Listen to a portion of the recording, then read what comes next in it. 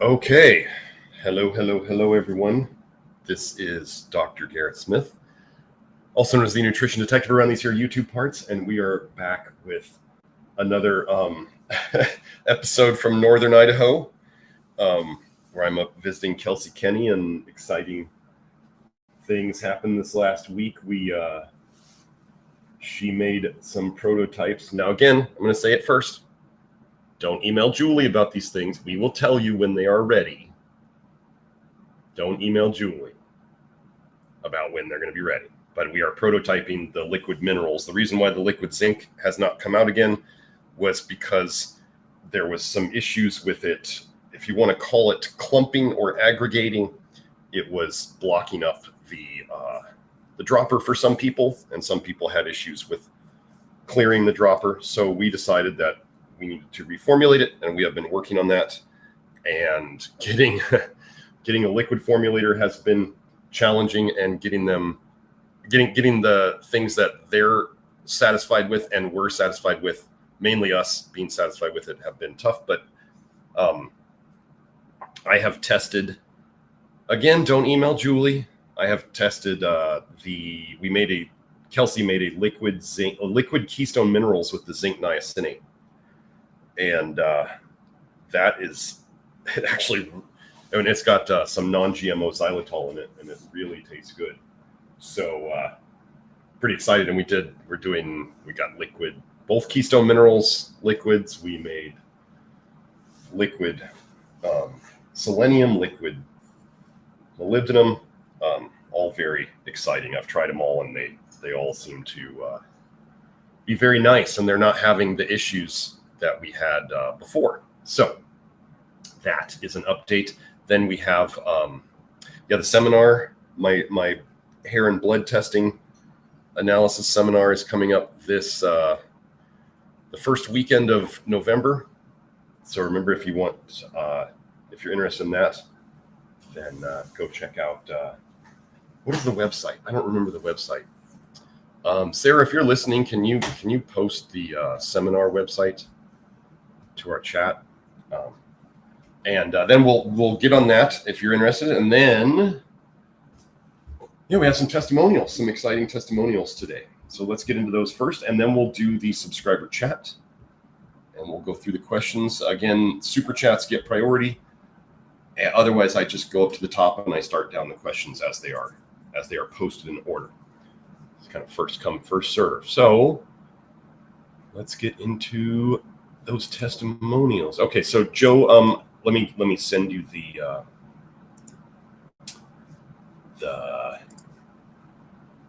oh, there it is. Joe posted the seminar page, and then I'm gonna send you the link to the testimonials page that we have so far,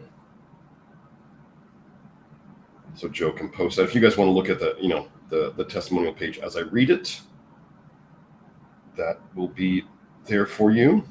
Joe can post that link, and we're going to head into that. Let me share my screen.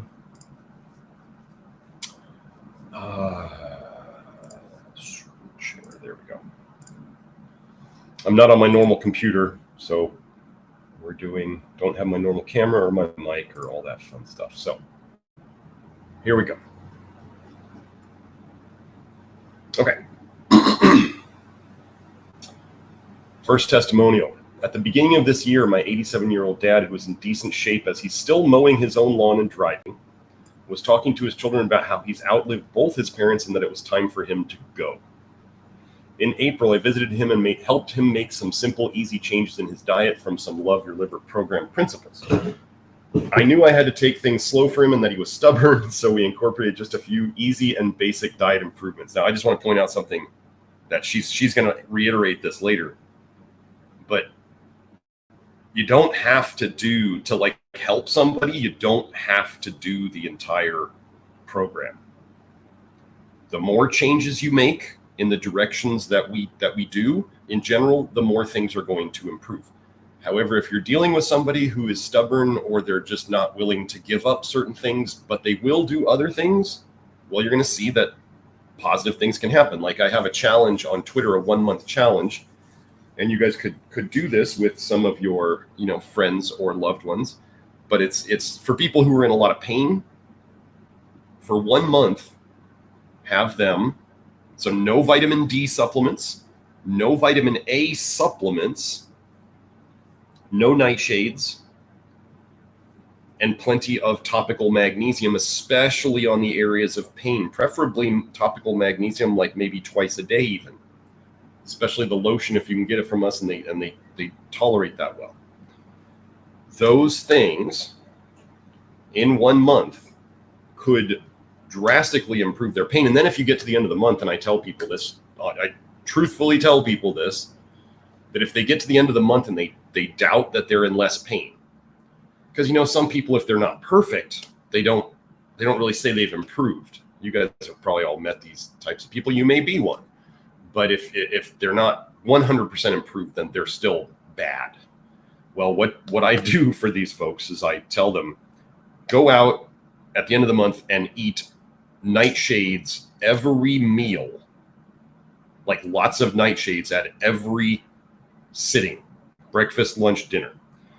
And I tell them, probably by the time lunch is over, you will be cursing my name that I had you do that, because all of the pain is back. And because you got used to less pain, whether you took it for granted or not, the contrast is even worse. You feel worse than you did before because you got used to feeling better. You got spoiled, and they didn't realize it. So anyway, that's just an idea about pain that you can do, where it's just a couple things. Let's keep going. In the 2 attachments, I'm sharing proof of what following a few easy tips for about 5 months did to my dad's blood work. One set of labs is from September 2024. The other set is from last year, May 2023. So she's going to tell us the numbers here. As you can see, my dad's total cholesterol went from 229 to 190. So he's below the magical 200 number, if you're into that. His LDL, which is the lousy one, the bad one, which has got vitamin A in it, it went from 143 to 114, and his blood glucose went from 112 to 101. Like, we would love it below 100, but it's an improvement. Other numbers such as creatinine, which is a marker of kidney function, and EGFR have improved as well. So this is kidney stuff. Creatinine and EGFR are kidney markers. They're improving. This is despite him still having some pretty bad habits, such as eating an apple turnover from Sam's Club pretty much daily, as well as a daily alcoholic drink or 2. This proves that a lot can be improved even for a now 88-year-old. By the way, he stopped talking about how it's time for him to go too. So let's be clear about this. There is a black box warning on Accutane, one of the active forms of vitamin A. One of the things that they say you need vitamin A for is 13-cis-retinoic acid, which is the same compound as Accutane. There is a black box warning about, how do I put this? Ending oneself. It is connected enough that people having thoughts about ending things, or actually ending things with Accutane, which is active vitamin A, is there. And so we have an older gentleman who was talking about how it was time for him to go, and then he stopped talking about that. These are all just like variations of intensity on that theme, right? Because wanting things to be over very intensely would be, getting closer to taking action on it. I'm trying to be careful with my words here. Anyway, so let's just look at the labs. So, right, you guys can look at these labs. These are copies of them. But yeah, cholesterol right here, triglycerides. I believe these are those red, like out of range? No, these they look like they're red, like they're out of range, but they're actually in range. So anyway, you can look at these numbers on here if you'd like. She put the numbers in the testimonial. Yeah, 229 to 190 LDL came down. What happened with triglycerides? Yeah, triglycerides came down. That looks like an 88 to me. And those came down to 71. I've been over before how vitamin A toxicity is what causes high triglycerides. Now, these are not terribly high triglycerides, but we still saw improvements. Yeah, so that's that. And then she also, this woman added more on her testimonial. My sister experienced a significant improvement as well. End of May, when my dad and I visited her in North Carolina, I shared a few easy tips from the Love Your Liver program, and she started making slow changes. About 3 weeks ago, she called me and told me her blood pressure is finally normal. When it was 155 to 175 over 90-ish for many years, even with her being on 2 blood pressure meds. She actually went over to her neighbor's house, who was a doctor, to confirm that her machine was calibrated correctly, as her blood pressure had never been good since she got the machine years ago. She's cut her blood pressure meds to half and will soon taper to 1/4. Her blood pressure remains steady around 115 to 170. So, first of all, I mean, this person is doing very good things by sharing these simple things. They've kind of, probably the brilliance of what she's doing here is she's either asking people what they're willing to do, or she kind of knows them very well and she knows what changes they would be willing to do.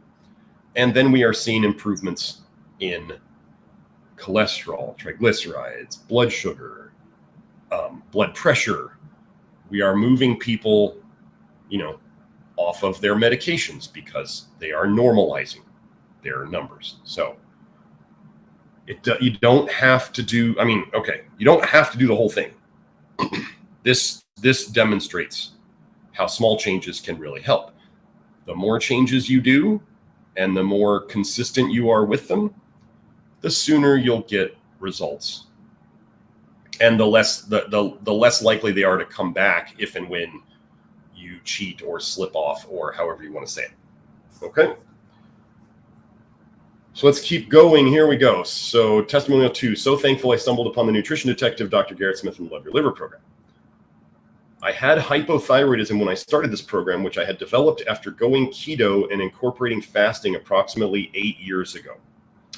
I recently had my labs drawn, and now after 8 years, I'm hyperthyroid. Now, I don't know that I saw these labs, but I'm guessing that they're going off TSH alone. Okay, so TSH is, I'm guessing, I don't have the labs here, but I'm guessing the TSH went a little low, and that's probably all the doctor looked at, and so he said, you're hypothyroid. I've been over on this live stream before. I believe I've been over the research where vitamin A can cause hyperthyroid TSH numbers. It can cause hypothyroid TSH numbers. So it can make things go really wonky, both high and low. Okay. So I know Garrett Smith says that's the healing process in reverse. So I'm looking at that as my body is healing from this, as my body is healing from this program. I'm hoping that this program will also improve my estrogen, progesterone, and testosterone, all of which fell to very low or undetectable levels while I was doing keto and fasting.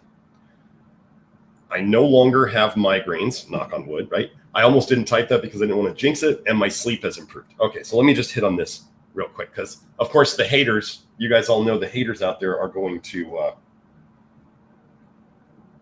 they're going to take it as like I'm causing problems here. If you do not know, in autoimmune thyroid conditions, some people go just straight Hashimoto's. They just go straight from whatever normal functioning thyroid to hypothyroid. They skip the whole hyperthyroid thing. However, when people do get Graves' disease, hyperthyroid, it goes normal functioning thyroid typically to hyperthyroid, and then after you burn out enough of your thyroid via the autoimmune process of it's really toxicity. Once you've burned out enough of your thyroid, think of it as the thyroid cells are bursting open and spilling thyroid hormone into the bloodstream. So you have an uncontrolled increase of your own thyroid hormone in your blood. So then you get hyperthyroid. Well, once you destroy enough thyroid cells, they're not making thyroid hormone anymore. And then you go to hypothyroid, or then you're at Hashimoto's. So if we were reversing this, if somebody was hypothyroid and we start fixing their thyroid and they're going backwards through the process, we could see a little stop in hyperthyroid. Now, notice this person is not going to say, they said on their labs, they're hyper. However, if we're seeing, less migraines, and as we're about to go into, less joint pain, and we're seeing sleep is better, That's not a normal, like hyperthyroid sleep is not good. So if her sleep is improving, then you're just looking at, it's probably just a TSH number, I'm guessing. And it's a little lower than we'd like. Okay. But this is a temporary thing. This is still the body fixing itself and readjusting. Okay. Now, again, I do want you to pay attention to keto causing starvation type problems and keto damaging hormones, and fasting causing starvation type problems and hormone issues. I don't like keto. Fasting is very easily overdone. And especially for women, ladies, you guys are extra sensitive to keto, because ladies are not designed for high fat diets. I'm sorry. This is why so many ladies have gallbladder issues. Like, ladies do not do well on high fat diets. And if you see somebody out there who's like, they're trying to push it, they may be doing okay now. I mean, remember, every vegan pushed veganism as the solution to all diet problems for the first couple of years until they quit veganism. Okay, keto people push keto as the solution for the first couple of years until the time runs out. Fasting people will say fasting is the greatest thing until they've done too much. You only figure out that you've done too much fasting or too much keto or too much vegan until you have problems that you're willing to recognize. So let's keep going. One of the main reasons I had started fasting was because I had so much pain, muscle and joint pain, that I had read and watched videos from many of the fasting influencers about how fasting can help with pain. For me, it never helped to decrease the pain. That's why I eventually increased my lengths of fast until I was doing water-only fasts 3 days a week. Wow, that's a lot. Now on this program with no fasting, my pain has significantly decreased. Okay. This is a really great testimonial. Folks, fasting, okay, what does fasting do in terms of toxicity in? Obviously, fasting is not going to bring in toxins. That's a good thing. What kind of nutrition is fasting bringing in? None. Okay, so fasting may be you're taking in less toxins for a time, but you are also not getting any nutrition. And you are consuming, okay, if you believe that fasting is consuming toxic cells, you are consuming toxic cells and spilling those toxins into your bloodstream. And you are taking in no nutrients to protect you or to run your detox system. I'm not totally anti-fasting. However, we must understand what it does and what it can't do. So when you are fasting, you're not generally pooping much, and you're not dumping a lot of bile because you're not eating, and you're not taking in fats, and you're not taking in fiber, and you're not taking in anything that triggers bile dumping. So that bile is just sitting there, getting reabsorbed and recirculated. Or just not even, just sitting there stagnant in your gallbladder. So anyway, fasting can help with certain things, but it is very easily overdone.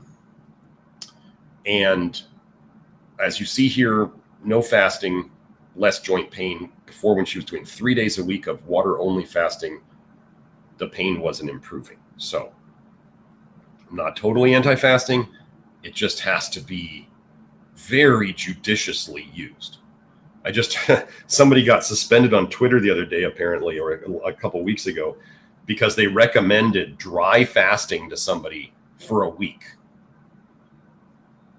Okay. Dry fasting, no food, no water for a week.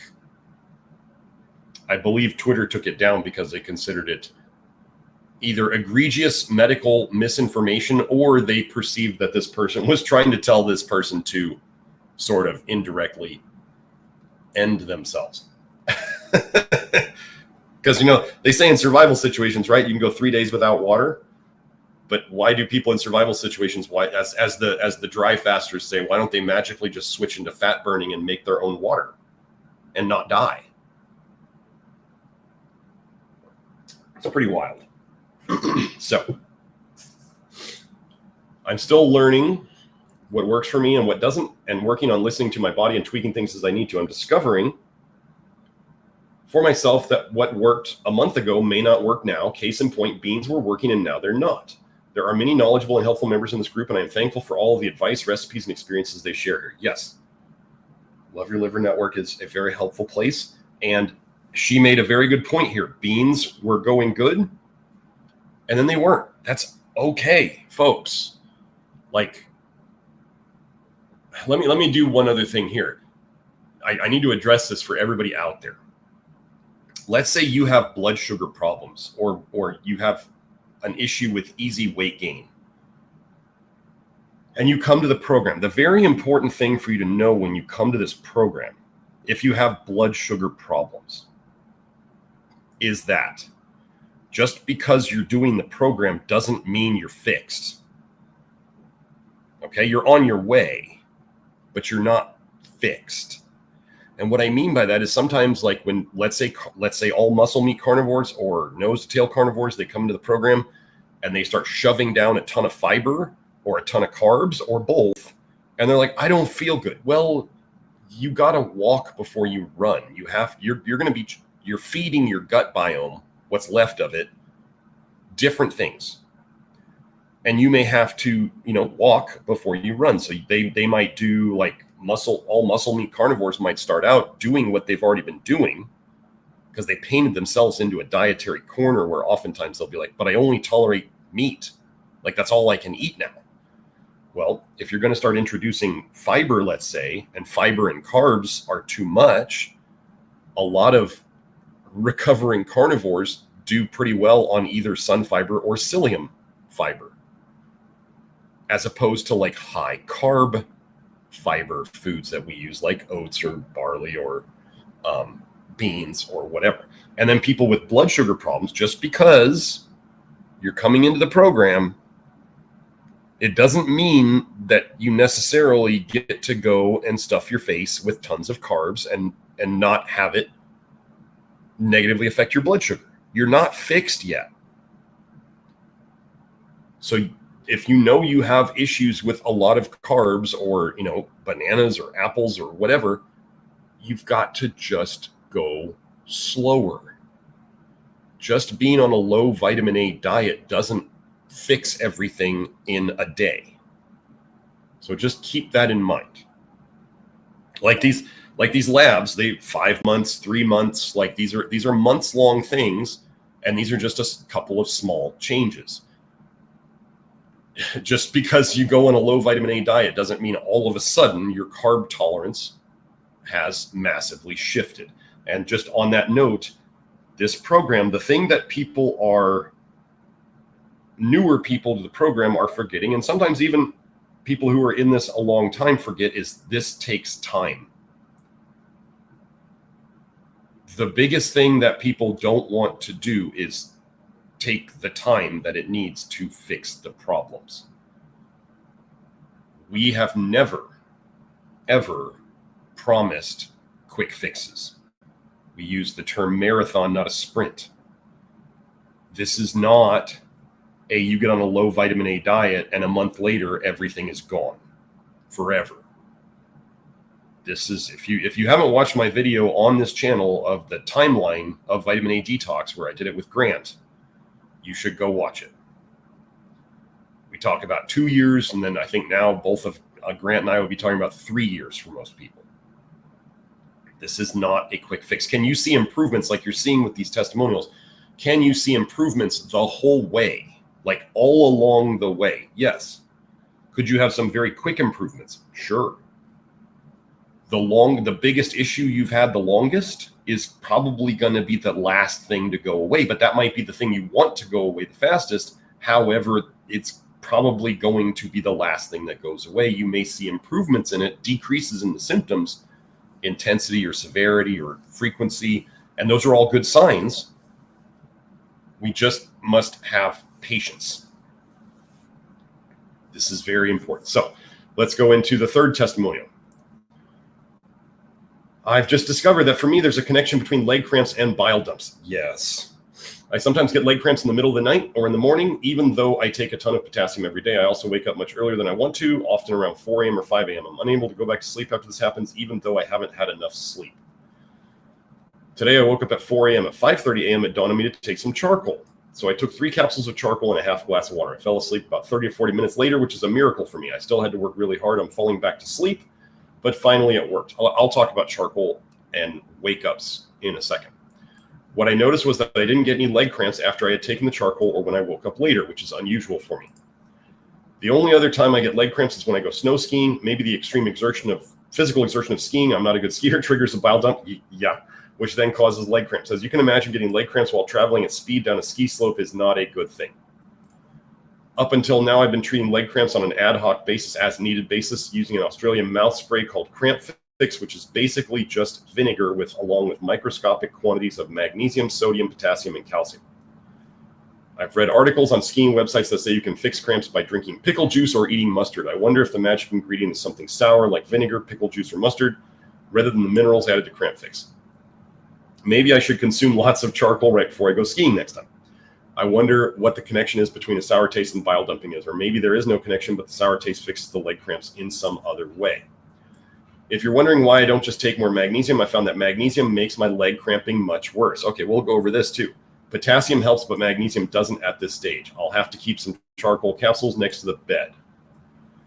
Update, I've been keeping some charcoal capsules and a glass of water next to the bed since I posted the original post. They have been effective so far in reducing or preventing cramping. It's not immediate, however. If I need immediate relief, I still use the Cramp Fix vinegar spray. That stops the cramping within seconds. But I try to take the charcoal capsules in the middle of the night before the cramping sets in. When I wake to go to the bathroom during the night, I take the opportunity to swallow a few charcoal capsules with water. That means I don't get cramping later when it is time to get up. Okay, so let's go over this. First, why would a bile dump? Well, is this person describing what is most likely a bile dump happening in the middle of the night? Yes, there is very commonly a bile dump. If you tend to wake up around the same time every night, especially if it's a little too early for when you want to wake up, most likely a bile dump. You probably have other symptoms. Maybe you feel hot. Maybe you feel hungry. Maybe you absolutely don't feel hungry. The symptoms can be different in different people. Maybe you get crampy. Maybe you have to pee. There's all these things that can happen. Okay. What is in bile that would negatively affect potassium? Okay, so just a general thing. If and when people have cramps at night, particularly in their legs, this is commonly a dead giveaway for potassium deficiency. There may be other deficiencies going on, but leg cramps, lower, leg, upper leg, it could be hamstring, could be calf, could be foot. It doesn't really matter. In your legs, cramping is commonly potassium deficiency. Now, how would a bile dump cause potassium deficiency? Well, what is in bile that affects potassium negatively? Well, if somebody had taken vitamin D supplements and they stored it in their liver and they were still getting rid of that, vitamin D depletes potassium, causes potassium wasting.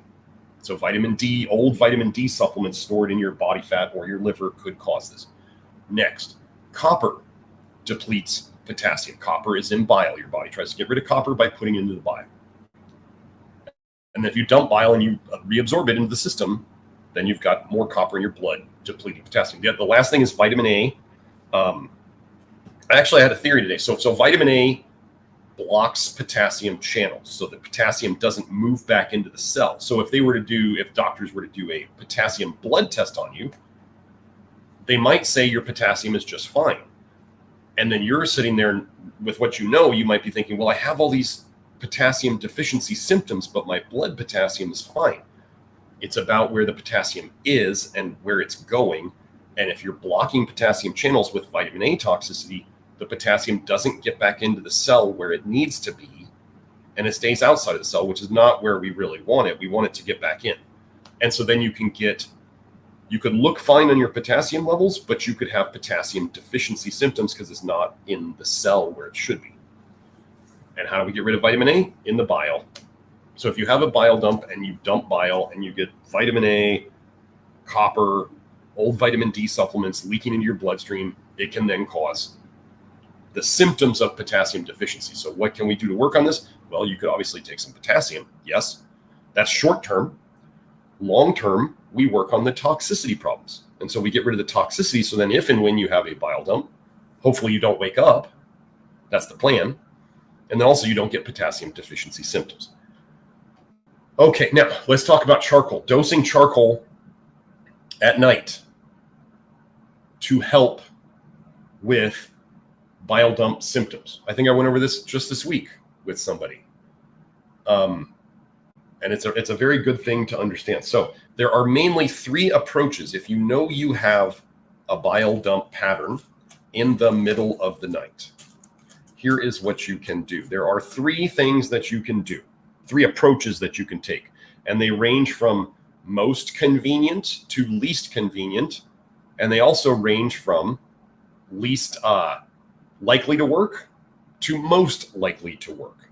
So let us cover these in detail. Now, so whatever the dose of charcoal is, you got to figure that out on your own, whether that's capsules or whether that's powder. Generally I would suggest if you're going to do these things, you prepare it before you go to bed. So it's like on your nightstand, charcoal and water, charcoal capsules and a glass of water, however you want to do it. So then we have the most convenient approach and also the least likely to work. It could work. I'm not saying it can't work. Why not try the most convenient one first, though? Because then you don't mess with your sleep, but like I'm going to go into. So the most convenient yet least likely to work, but still possible, is to take the charcoal and water before you go to bed. So you're getting ready for bed. You have your charcoal and water, and you put it in your stomach, hoping that the hope is that it's going to still be where it needs to be to soak up the bile dump when it happens. Okay. So you see, if it's like 6 hours ahead of your bile dump, it may not be in the right spot to soak it up. It's the whole thing of like, what, you can have it cheap, or you can have it good, or you can have it fast. You can't have all 3. Well, with charcoal, you can have most convenient and least likely to work. Could still work, but that's this one. Okay, so now let's go to the least convenient, most likely to work. Okay, this is to set an alarm.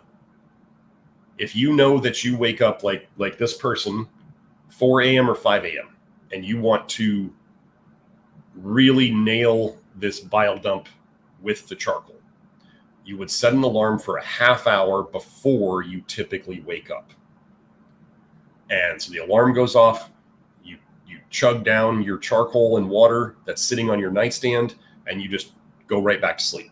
Maybe you wake up to pee, whatever. Maybe you wake up to go pee and you slam down your charcoal and water, and then you just go back to sleep. So the bile dump hasn't woken you up yet. Remember, once the bile dump has hit, the reason why, like this person is saying it takes 30 to 40 minutes for her to fall back asleep is because the charcoal was taken, like the bile is already in the blood. And so you got the symptoms. So then the charcoal is in your gut, soaking up the bile, doing its enterohepatic circulation loop. And so it takes it a while to soak up enough so that then you relieve the symptoms so you can go back to sleep. So if you were to put down the charcoal into your stomach a half hour before the bile dump happens, it's right there waiting for the bile. So when the bile dumps, soaked up, doesn't go into your bloodstream, and then you can just go back to sleep. So this is the least convenient, right? Because you're forcing yourself to wake up. We all like to hope when we go to bed, we're like, oh, maybe I'm not going to wake up tonight, but you're pretty sure it's going to happen because it's a pattern. So you get to decide, is it worth it to force a wake up, to take the charcoal, to then go back to sleep and not wake up and then be up for 30 to 40 minutes. So see, that's the trade-off. So now we have the middle of the road, which is, it's not super convenient, but it's also, it does work, which is what this person is doing, where you just keep the charcoal and water by your bed. And when you wake up, you wait for the wake up, you take it, go pee, whatever. And then it's going to take, 30 to 40 minutes to work. because you have to catch up to the bile. So see, that's kind of the compromise between the two. So it's not, you're not forcing yourself to wake up, but it's not as convenient as taking it before bed. However, you know the bile dump has happened and you're just catching up to it with the charcoal. So that one, if you sleep through the night and you don't have to wake up to take it, that is the main benefit of it, is you were ready for it, but you didn't have to use it. So that's how that works. Okay, so potassium. Let's go over vinegar. What do I think vinegar does? This is a theory at this point. Okay, I believe vinegar. If you want to, I don't think it's the sour taste of vinegar, but again, vinegar has a sour taste, which means our bodies are programmed to recognize that as toxic. Sour, bitter, tart tastes are toxic tastes. And how do we cover it up? Well, we put a bunch of sugar with it, which ends up giving us toxins from two angles. Okay, but what do we know from the research about the other alcohol aldehyde acids, like vitamin A? Well, when the body makes retinoic acid, the end product of vitamin A detoxification, retinoic acid inhibits ALDH. Okay? I've talked about this before. When you inhibit ALDH, you inhibit bile dumping. Okay? So we know that retinoic acid, the end product of vitamin A metabolism, detoxification is how I normally say it. It inhibits the production of more, it inhibits ALDH, which would then inhibit bile production. Okay. Well, what is vinegar? Vinegar is acetic acid. It is the end product of ethanol, alcohol, turning into acetaldehyde. Acetaldehyde goes through ALDH to turn into acetic acid.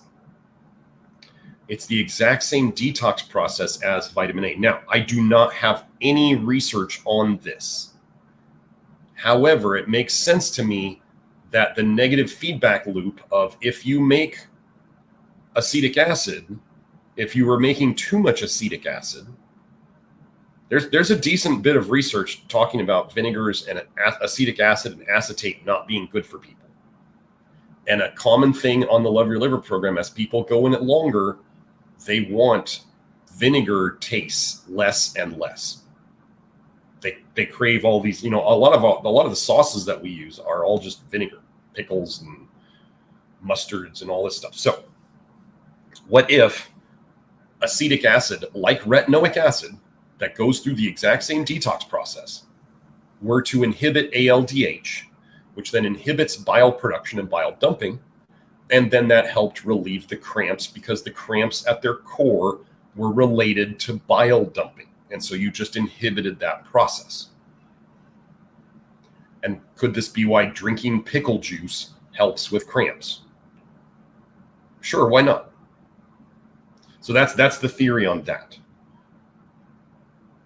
I would, if I had this issue, I might do something like, I might put some potassium that I tolerate, or some form of potassium in, if I were making a drink before bed, like I might put in some potassium into the drink with the charcoal. The charcoal's not going to soak up the potassium. And then just drink that at whatever time you choose, so that it's, so there's most convenient to least convenient. You can just pick one of those and see if it works.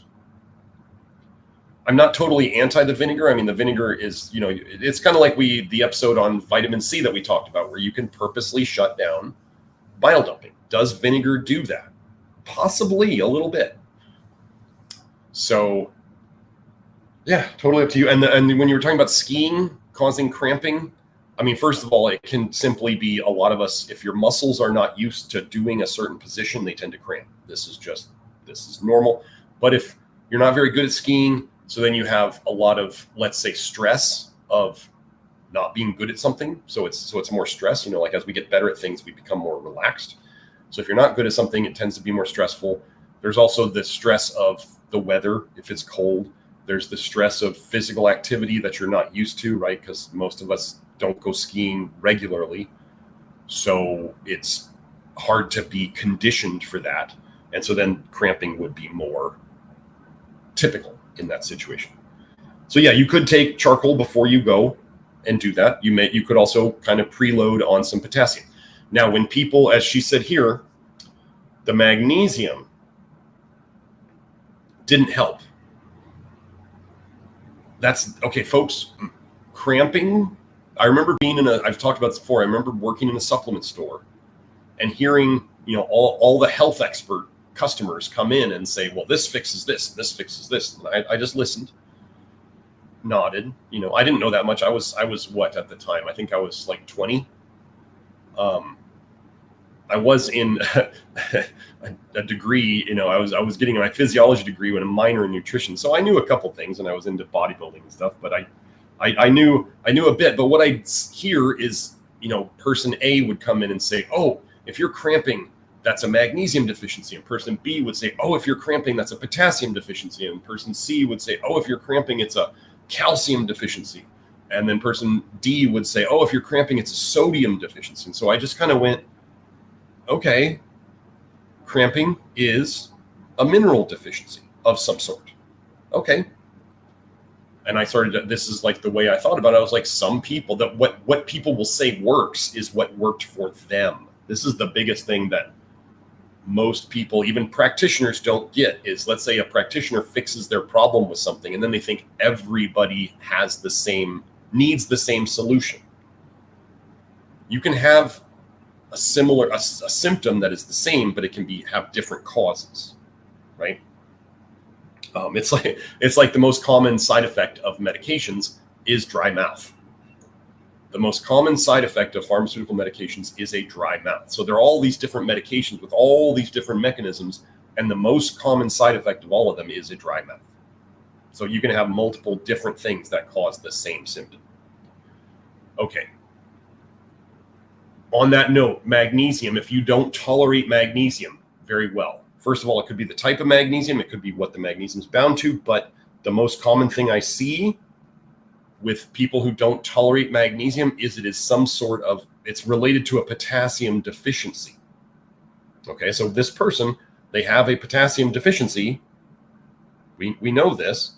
And they also said magnesium didn't help the cramping at all. I don't know if this person's, if any symptoms got worse from magnesium, but if you have issues with taking magnesium, I mean, first of all, doc, it hurts when I do this. Well, don't do that. Don't go taking things that make you feel bad. But think about it as it's probably a potassium deficiency. Short term, you could help it with potassium. Long term, we need to get rid of the toxicities that are driving the potassium deficiency. And then you'll likely be able to use magnesium over time. So yeah, probably not like the super tiny amounts of minerals in the cramp fix. It's probably the vinegar. But yeah. And then they cover all the potential mineral deficiencies that could cause cramps.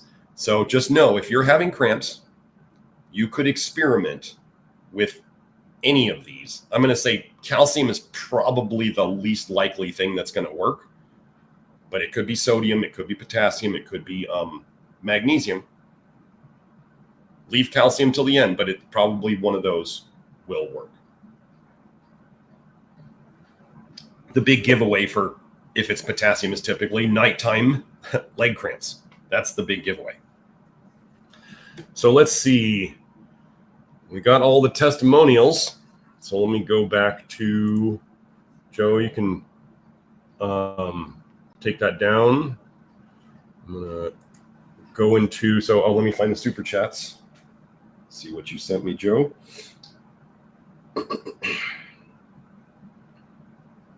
Oh, if I misspoke on the blood pressure results, I mean, you guys saw the testimonial. It was supposed to be 115 over 70. Now, if I misspoke and I said 115 over 170, well, yeah, I messed that up.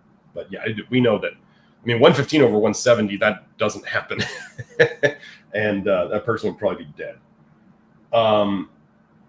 Okay, so P. Miller, thank you for the super chat. Asks, eyelid and calf muscle twitches the moment I begin ingesting food, regardless of the food. Tried magnesium and potassium, but no successes. Okay. Well, that's an interesting one. Let me pull them up here. Find it.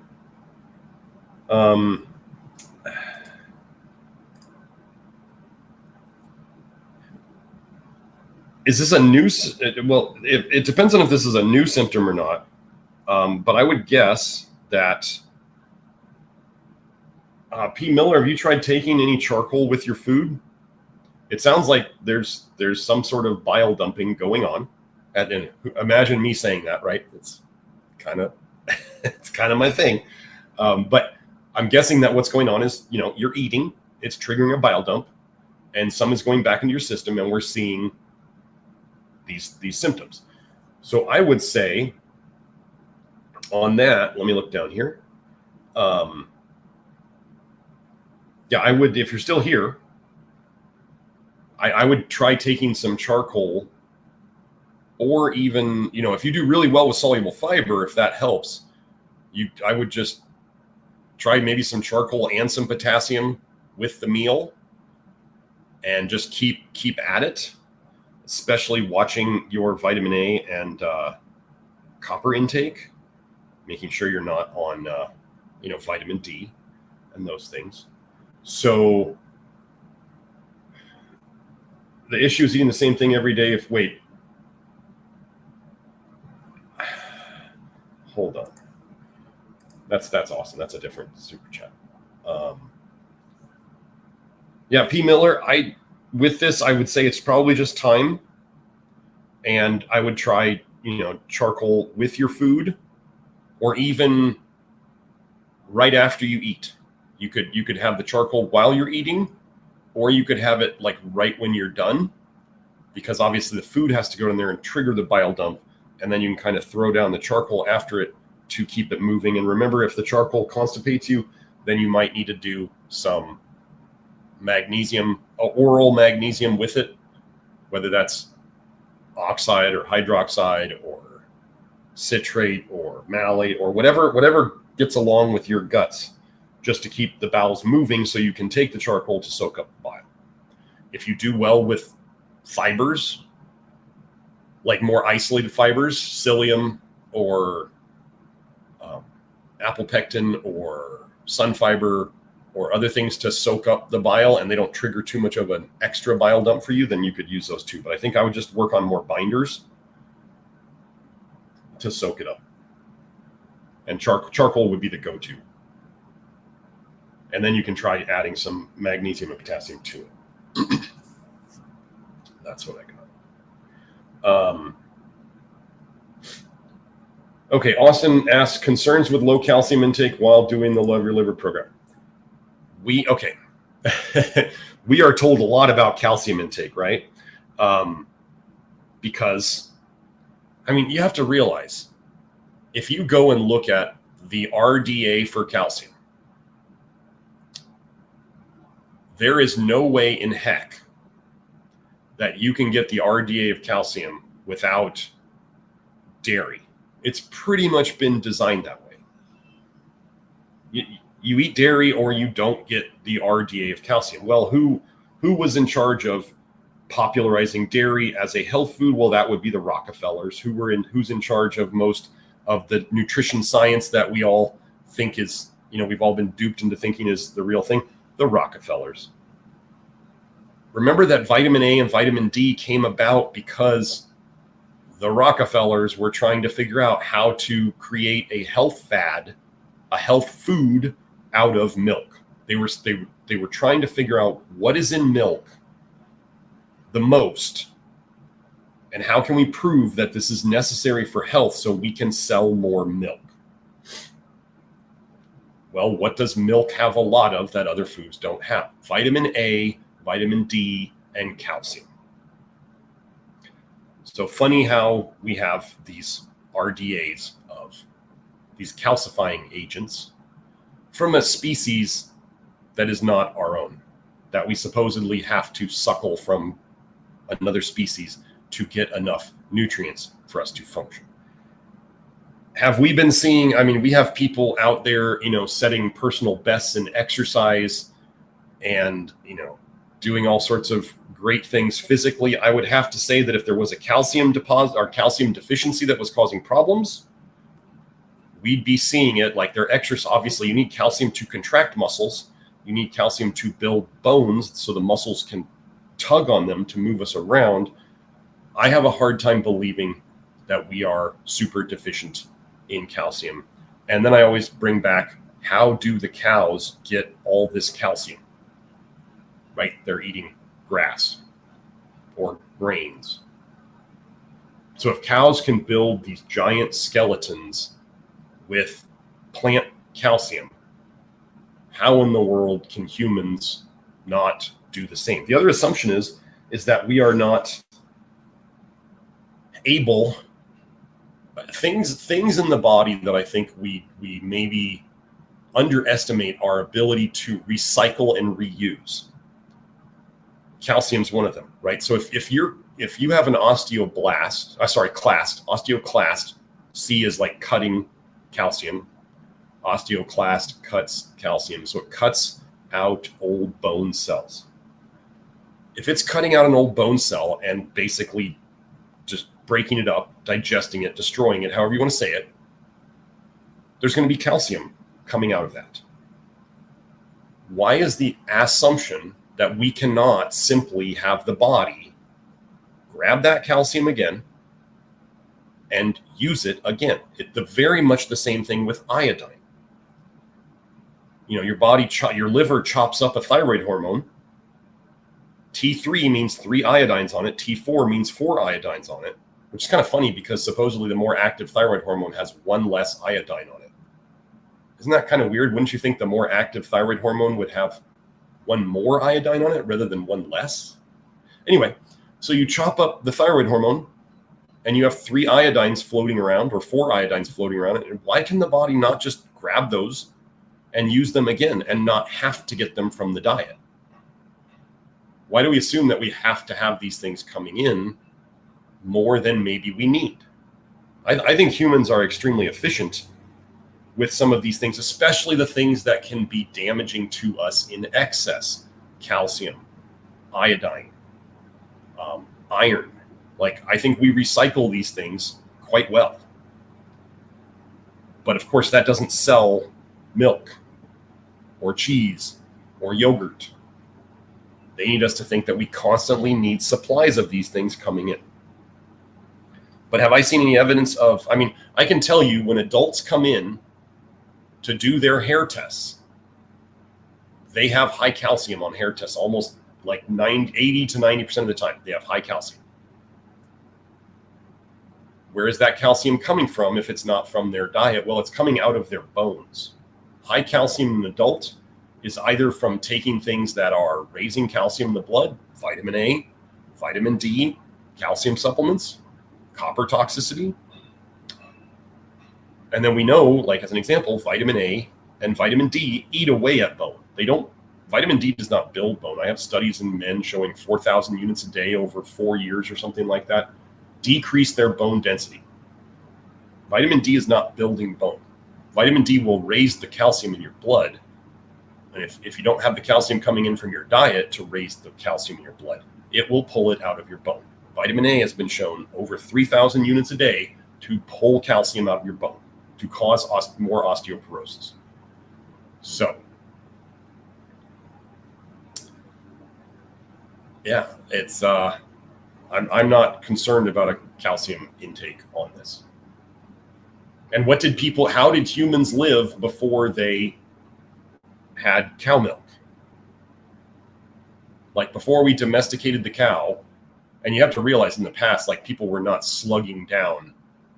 Like they didn't have a gallon of milk in the fridge to just go and get all the time. The calves got the milk first. And then we would take whatever was left. And then if you wanted to make butter or cream, there was skim milk left, right? Because if you got your milk and you want to make a bunch of butter, you're taking the fat off the milk, and what's left in the milk? It's just skim milk. So I don't see the calcium deficiency happening. Okay. Is there an issue with eating the same thing every day if you feel okay? Okay, from Austin again. Thank you for the super chats, Austin. Well, okay. What have we seen with people who eat the same things every day. Well, the lady who fixed her primary biliary cirrhosis, so basically what we tend to call liver cirrhosis, she did beef and beans daily. She did the cowboy diet, and she fixed her liver cirrhosis. Is there an issue with, I mean, and I've had other people tell me that our diet is very much like the traditional diets of their culture. I had a Russian guy tell me that, and I've had some other people tell me that when they really look back at traditional diets, our diet starts to look very much like many traditional diets. We do know that, you know, all muscle meat carnivores in terms of nutrition are doing fine. And they're eating like the whole lion diet thing, beef and salt, or red meat and salt. Can people seem to survive just fine for years on red meat and salt? Yeah. So then we're even adding, you know, grains or legumes and possibly some fruit here and there. And it was funny, a guy on Twitter today said that our diet was, if they just removed the starches from it, was basically the lion diet. And I thought that was like the most humorous misunderstanding of I was like, well, how does a diet where we have people can eat poultry and red meat, and they're doing whole grains, and they're doing beans, and they can do some low vitamin A fruit, and they can do some low vitamin A vegetables, and they can do some nuts and seeds if they choose to. How in the world is this anything like the lion diet? If we just remove starches, somehow it becomes a beef and salt diet. And I'm like, the misrepresentations of what we're doing are coming fast and furious out there now. And just remember, anybody who wants to call, you know, anybody who derogatorily tries to call what we're doing, I want you guys to know this. If you're joking and you want to say the prison diet or peasant slop or whatever that we're eating, if you're doing that and joking, and yes, I do the same thing. However, if people on Twitter are going to say that in a derogatory fashion, they're not going to stick around much longer. I have no patience for people trying to tear this down. So if you have friends or people you know and you want to refer them to look at my Twitter or whatever, and they don't have manners, they will be removed. Same thing if you're in the Love Your Liver program. People don't come into the Love Your Liver program thinking that you know better than what we're doing and come in. I had one guy come in and try to say everything was iron overload. Everything was iron overload. And they were typing in a very aggressive fashion. Well, they didn't last. I've heard that there may be some people trying to push keto in the Love Your Liver program recently. I have to go check this out. Don't do that. Don't. I do rule my areas with an iron fist, and I do this so that things don't degenerate like Grant's Forum has. Without a strong hand to rule things degenerate to the people who will shout the loudest, which is what Grant's Forum has done. Okay. So, but yeah, there's no issue with eating the same thing every day if you feel okay. No, if you're doing something basic, muscle meat and grains or beans, and throw in some other things as you choose to.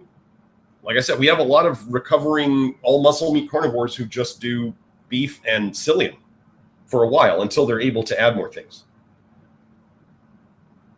Now, Austin, if you want to experiment with any of the B vitamins that we typically might experiment with to help, the order of them, if you're going to experiment with B vitamins, don't do them all at once, but typically we test out folinic acid first, calcium folinate at just a basic dose of like 400 micrograms a day. The Designs for Health Super Liquid Folate is the one I like. Yes, it does have a teeny little bit of B12 in it, of methylcobalamin, but otherwise it's the cleanest folinic acid out there and the cheapest per dose. So there's that. Then if you wanted to experiment with good old thiamine HCl, I do not recommend L-thiamine too much. The sulfur the garlic sulfur L-thiamine, the fancy one. I just like good old thiamine HCl. Dr. Clark's makes a good one. And then if somebody wanted to experiment with some B12, I do believe B12's main function is as an antidote for hydrogen sulfide. So if you're needing B12 on a regular basis, I would look into your approaches, your diet approaches and your supplement approaches for excess sulfur, because there's probably some excess sulfur coming in somewhere that you're then wanting to feel. You feel better when you take B12 because you're antidoting the hydrogen sulfide that's being produced in your own body. And if you're having sulfur problems, there's probably a molybdenum deficiency going on. So you'd want to figure out how to address that. So Austin had another super chat. The phosphorus to calcium ratio with eating lots of meat. Sounds like, Austin, it sounds like you're coming over here from a Ray Peat background, which is fine. We have lots of recovering X-ray Peters here. Actually, I just had a testimonial on, maybe I'll go find that. I just had a testimonial on my Twitter about a recovering Ray Peter. Maybe I'll go find it. I'm looking for it right now. I do have quite a few posts, so it can be a second to find it.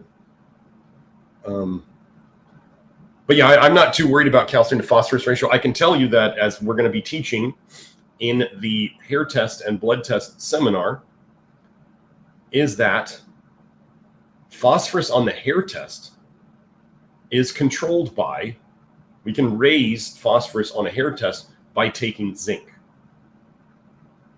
Phosphorus on the hair test is controlled by zinc, and I can show people that very easily. My hair phosphorus is like really good now, and so is my hair zinc. I'm still waiting to do my blood tests soon. I'm not going to do them while I'm up in Idaho, and I'm not on my normal routine. So where is my peat? There it is. Okay. So, but yeah, I don't worry about the calcium to phosphorus ratio. I don't trust any nutrition advice from Ray Peat. I just found out, Danny Roddy did a podcast about how Ray Peat really thought that communism was the way to go. And he worked in academia, at a college. If he was really doing things that were disrupting stuff, he would not have been able to work at a college.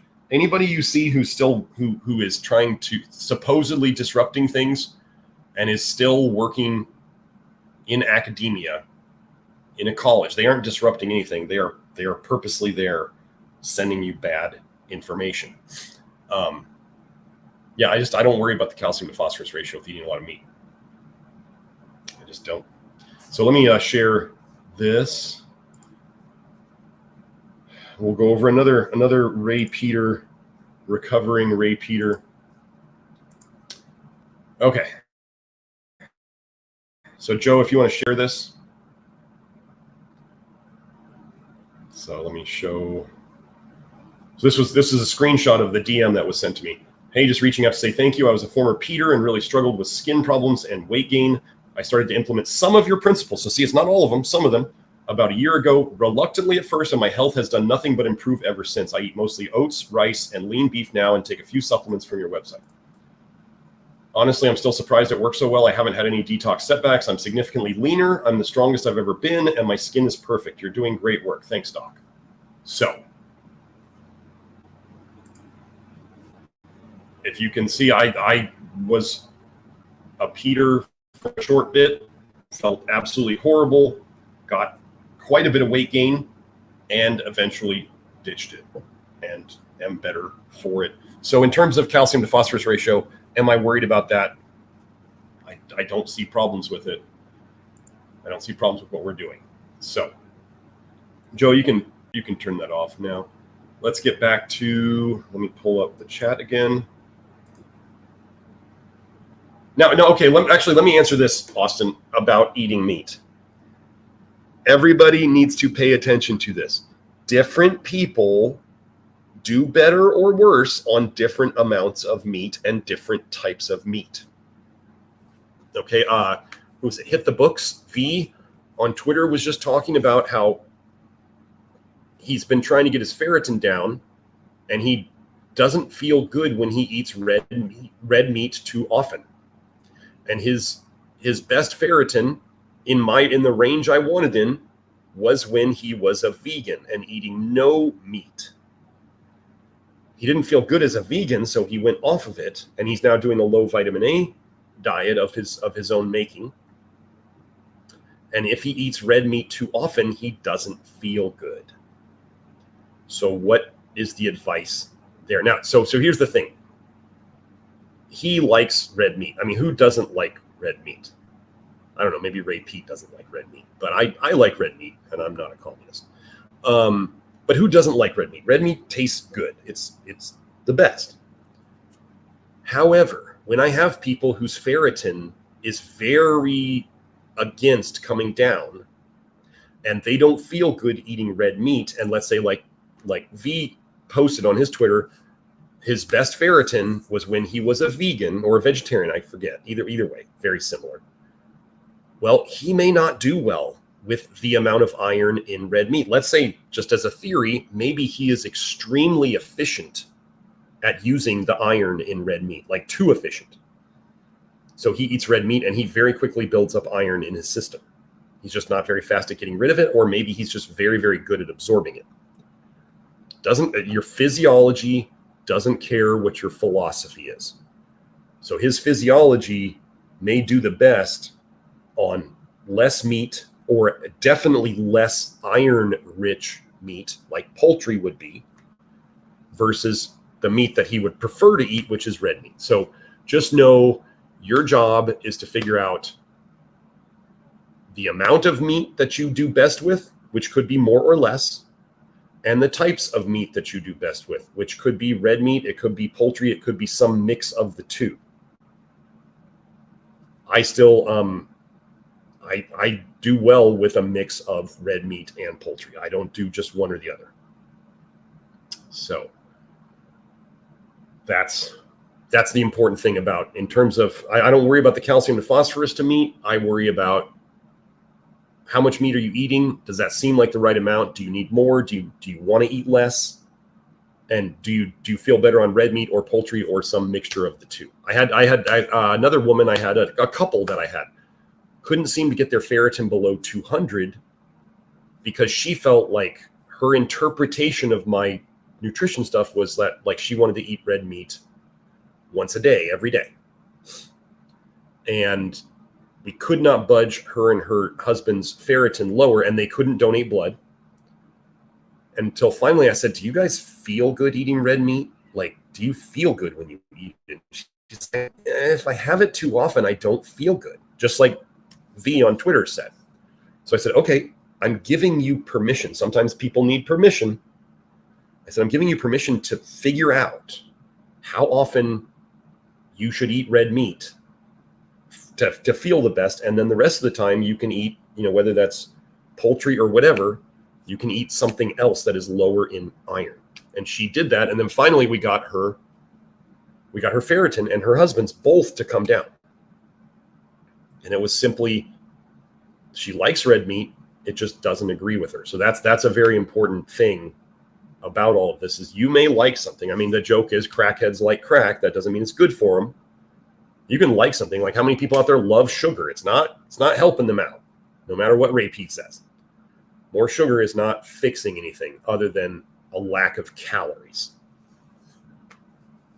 If you haven't seen my glucose and dextrose episode, you should. So that's basically that. Like, don't feel like you have to eat a certain type of meat or a certain amount. I was up here in Idaho, and I was figuring out how much meat I needed to eat, and because I'm out of my normal routine. I don't have my normal things here around all the time. But I also get to have things that I don't normally have. Kelsey made a barley and beef tip stew the other night in the Instant Pot, and that was just amazing. And that's something I would never tend to make at my house. So figuring out things. And I felt great after it. Barley, remember, folks, barley is like super high in fiber. So if fiber is too much for you, barley can kick your butt because it's a lot of fiber. So we got that. Krista asks, thank you for the super chats, Austin. Krista asks, thank you for the super chat, Krista. Would it be considered a cramping issue if I don't actually cramp, but instead feel like my muscles are just about to cramp? Like if I move them at all, they will cramp, but they don't. I would consider that cramping. Like, I know that sometimes I wake up in the morning and, sometimes you're like flexing your muscles in a certain way and you're like, you stop right before it. You go, ooh, I'm about to cramp. I better stop. And that's your, that if you kept pushing it, you would probably cramp. And so you can feel that feeling before it. Yeah. Is it something that you have to manage? I mean, okay. I would say that if you're cramping or you're having these feelings of cramping often, there's probably something going on, like a deficiency or a bile dump or some sort of toxicity that we remember with, like, especially the potassium thing. Short-term fix is to get more potassium. Long-term fix is to fix the toxicities that are driving the potassium deficiency. So the long-term fix is going to take a while. So you may be dealing with the symptoms of deficiency for a while, and you're just quote unquote medicating the deficiency by getting more potassium or whatever it is, the mineral that you need, whether that's magnesium or sodium or whatever. So yeah, would it be considered cramping? I would say you're right on the verge. And so you're just on the spectrum of cramping. So yeah, you may want to try to figure out if there are things you can do where you don't wake up with that feeling or get that feeling in the middle of the night. Like what we talked about earlier, it might be worth it to you to do some of those things that we talked about.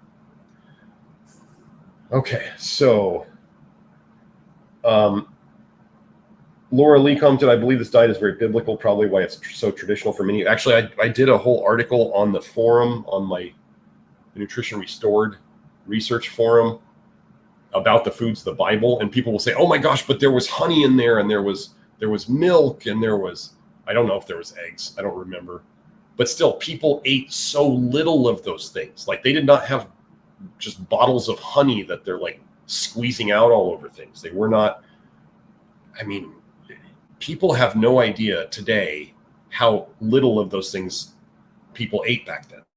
They didn't just glug like giant glasses of milk all the time. So these foods are easily overdone today, like the joker on YouTube who ate like 30 eggs a day for a month or something like that, or 24 eggs a day for a month. I feel bad for that guy because he may not have problems now, but I'm sure it's going to lead to something. So where were we? Where did I see that? Yeah, Austin said bingo X Peter. Yep, there it is. I can tell these concepts are not new. I mean, I am. Here's the funny thing about the funny similarity between communism and the arguments for communism and Ray Peat is, how people will say when people show how communism failed, and then the defenders of communism will say, well, that wasn't real communism. Well, Ray Peat never codified his ideas about nutrition. He never put them down and said, here is what I'm suggesting. He did not have a love your liver program written out. He just had blog thoughts. Like, he just kind of wrote down what he thought and the research that he felt supported it. Okay. But now this allows the people who are into the PD world or the Ray Peat principles or whatever, whenever somebody messes it up, they say, oh, well, that wasn't real Ray Peating. That wasn't real Peating. And they'll say, oh, that's not PD. And they just have all these arguments, and it sounds so much like communism to me, which is funny because Ray Peat was a fan of communism. So it's just the same arguments to deny when it doesn't work. That's not real Peating. That's not real communism. It's just, the same argument.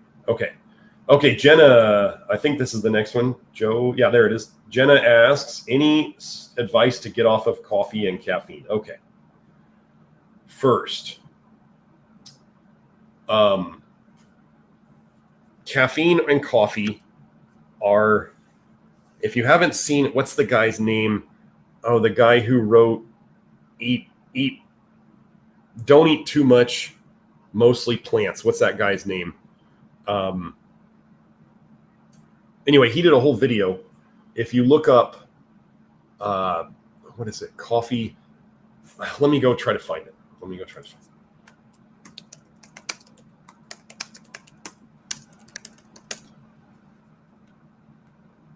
Guy wrote a whole book. Michael Pollan. Okay. Let me find it. Coffee. I'll just, How Caffeine Created the Modern World. Let me see if I can find the video.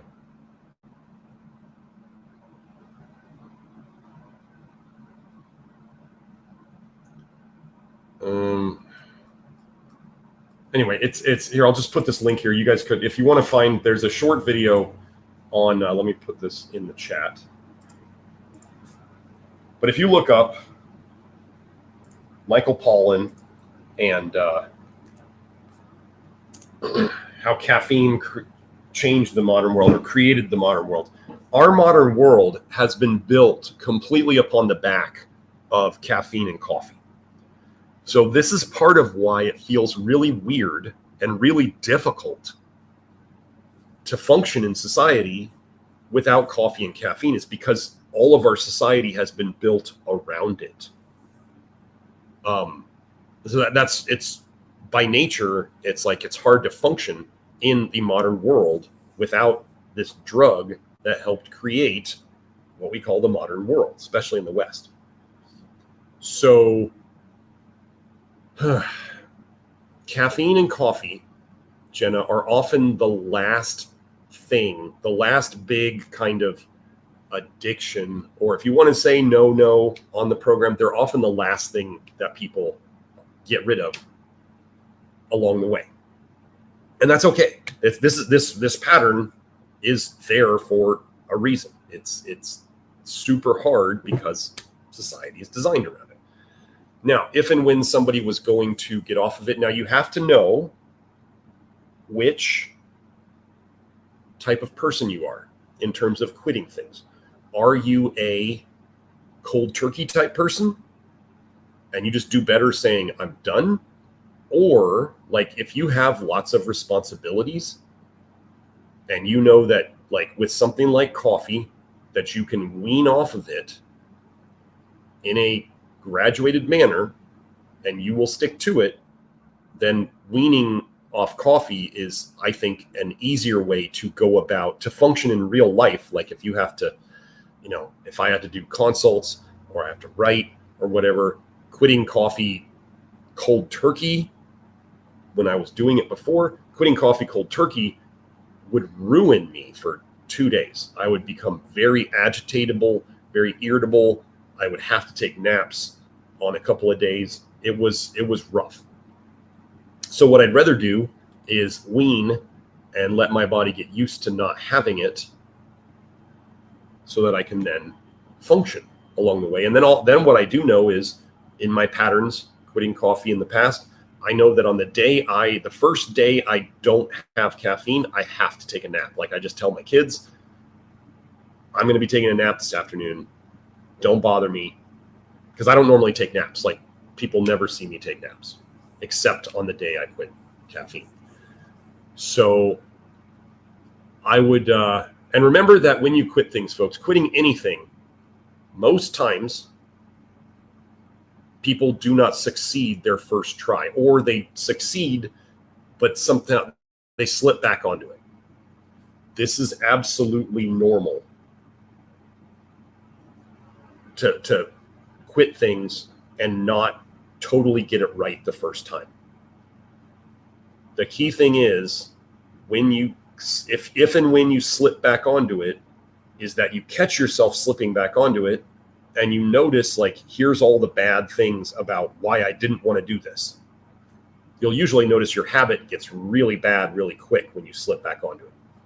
There's a lot of times why drug users, when they quit drugs, hard drugs, and then they go back on it, they often overdose, is because not only are they not used to the drug anymore, but they slip back into the addiction deep enough to kill themselves with an overdose. So I would say, you might, an example of a concept of how to wean off of coffee. If you're going to go cold turkey, just pick, 2 or 3. Here, the thing you must know about quitting coffee cold turkey, you must accept that you're probably going to feel tired during your day for like 2 weeks. It's going to take probably 2 full weeks for you to adapt to not having the caffeine in your system. That doesn't mean it's going to get better along the way.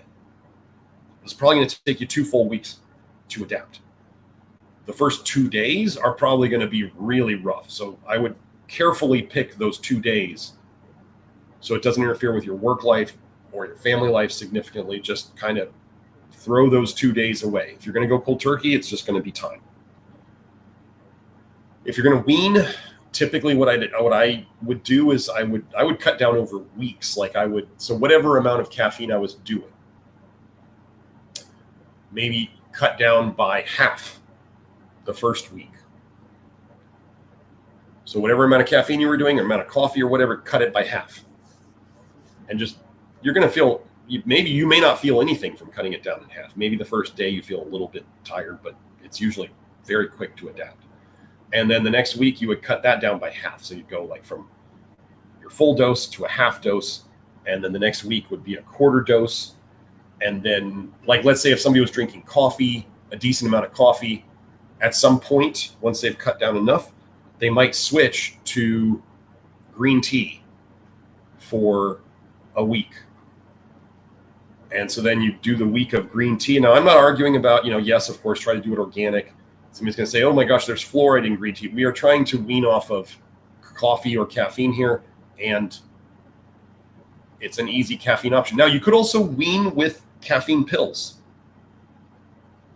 There are caffeine pills out there, 100 milligram pills. You could wean off by using pills. And I think if you're really addicted to the coffee ritual, it might be good to do it with caffeine pills. And then you can just, distribute the amount of caffeine. And so then you get to the last week. If somebody was doing like just a green tea a day, then I'd say that next week, at some point, you're just going to jump off. And like I know, there's going to be when I did that in the past, there's going to be a nap that day, even when I just quit the green tea. But it just makes it easy, and then you just have to keep the stuff out of your house.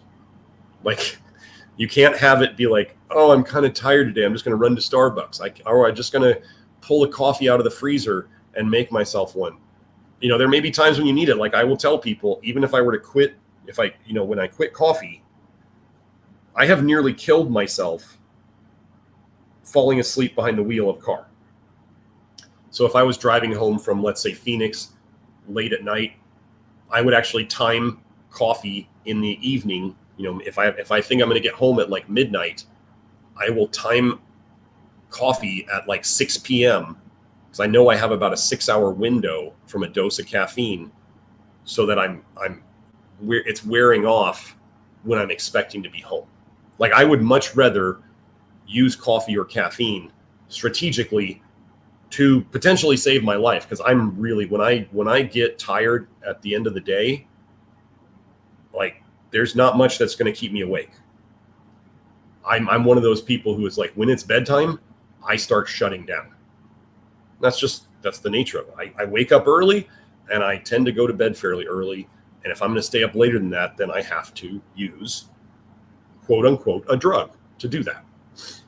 So now, and if you wanted to substitute it for those who want a hot drink in the morning and you want it to taste like something, not just hot water, this is very important that you listen carefully. You could try some roasted barley tea, or what did, Tyler Kumakura was just talking about it. Café de Orzo.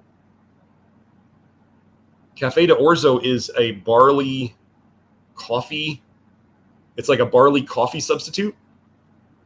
And cafe de orzo. Or you could do roasted dandelion root. Very important that you hear me carefully on this. Roasted dandelion root, not leaf. Dandelion leaf is super high in vitamin A. The root is white, and in theory may help your liver a little bit. I'm not worried about it. I just want something that's not toxic for your liver. So we're looking at roasted dandelion root tea if you wanted to make it, or roasted barley tea, or like cafe de orzo. If you're doing other coffee substitutes, folks, I do not like chicory or inulin. I do not like chicory or inulin. It feeds the wrong bacteria in your gut. Yes, it is a soluble fiber. I don't like it. So if you want to do something like one of those coffee substitutes, make sure that there's no chicory or inulin in it. Okay, so what else do we have? Oh, when you are weaning off of anything, if you are quitting something that is kind of addictive or that you have a bad habit of, flush niacin will help. So one of the things you can do is start, before you even decide to quit, get on the flush niacin, figure out the dose that works for you. And then when I did notice when I quit coffee with niacin, I would flush twice a day, and it made it so much easier than before. I would absolutely use flush niacin if you're quitting anything, whether that was cigarettes or coffee or alcohol. I mean, remember, the guy who started Alcoholics Anonymous wanted flush niacin to be the 13th step. He wanted flush niacin to be the 13th step because he saw how well it helped people to get off of alcohol. Flush niacin, what is... Yeah, it's just, I would definitely figure out flush niacin, whether you're going to do, the capsules. We have the 25 milligram and the 500 milligram capsules. I'm working on other niacin products right now with the manufacturers. I'm getting quotes on things and powders and combinations, and we're going to figure out Kelsey's Niasoda Black and probably have them produce that too. We are working on other niacin options. So, but whatever works for you, the flush niacin will help take the edge off for sure. So and then you just gotta get out of the routines that you have built around it, or you have to substitute other routines. If you want to drink something hot in the morning, figure out something else hot to drink in the morning. If you have you have this ritual of going to the coffee shop, you may have to change your ritual, or either you stop going or you figure out a different ritual. Maybe you go for a walk. Maybe it's just getting out of the house. If it's drinking something hot and getting out of the house, then take a cup of something hot and go for just a little stroll around the neighborhood. Then you're out of the house and you've got something hot. So you can figure out different rituals. Because I understand that a lot of the reason people have trouble quitting coffee is it's like a little ritual in the morning, right? It's just you're making something hot. The hot drink feels good. And you get to kind of sit and like start your day. And you can do that with other things. Okay. So yeah, is that all the super chats? Oh, no. So there's Austin. Austin has another one. Is there a normal poop consistency? During detox? That is a very interesting question. Okay. My general preferences are that it is in one piece. Generally, I mean, okay, you can have multiple poops, right? But generally, it's coming out in pieces. If you want to say logs, yeah, you could say that. And generally, softer is going to imply there's more soluble fiber in it, more roughage. Like, right, we hear about carnivores pooping out little hard balls, and because there's not much in there to kind of create the poop. color during the detox, during active detox, I mean, the color can be, obviously, if you're taking charcoal, it's going to be blackish, black or blackish.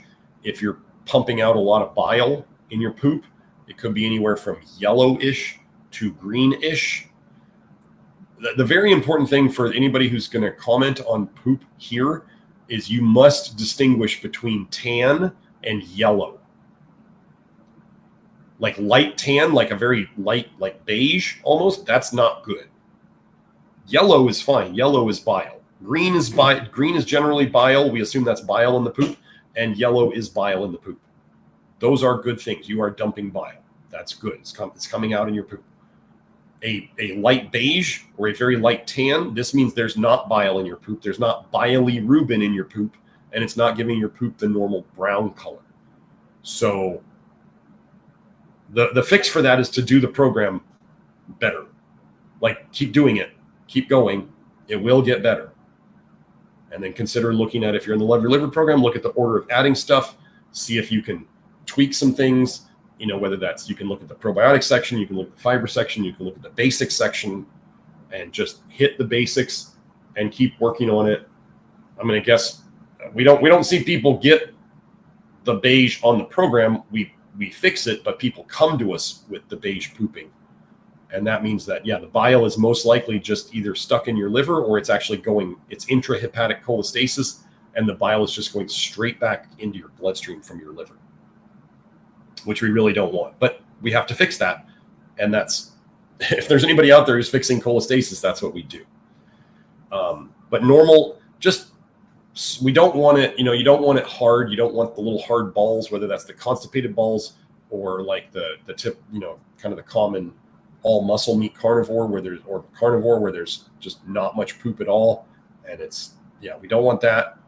We want it to be relatively soft, but still in poop pieces.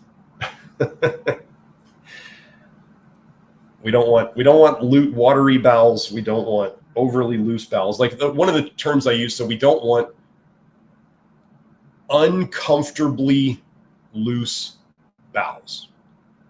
So people will say, well, what does that mean? And I'm like, you know what uncomfortably loose means. Like if you're on the toilet and you have uncomfortably loose bowels, like if you're like, well, they're kind of soft, but it's no big deal. Or if you're like, no, that's not good. That's uncomfortably loose. So we don't want that. We also don't want excessive straining. We don't want hard little balls. But if you're eating the right diet over time and you've detoxed enough, your poop will just go to normal. If you're getting a lot of diarrhea, you've got a lot of bile in your poop, then more charcoal. If you're constipated, we have the whole section in the Love Your Liver program about like Love Your Liver constipation helpers. And it's just going to take time to fix the liver and the bile so that the constipation becomes a thing of the past. But yeah, normal. You could look at that whole stool chart. I forget the name of the stool chart, but you can look at that. We just want poop. Like when you think of animals who are eating properly, animals poop very soft. So we want it to be soft and have fiber in it, which would tend to make it it would make it softer and bigger. Okay. Let me see. Oh, Brandon. Brandon is a regular super chatter. Thanks for the super chat, Brandon.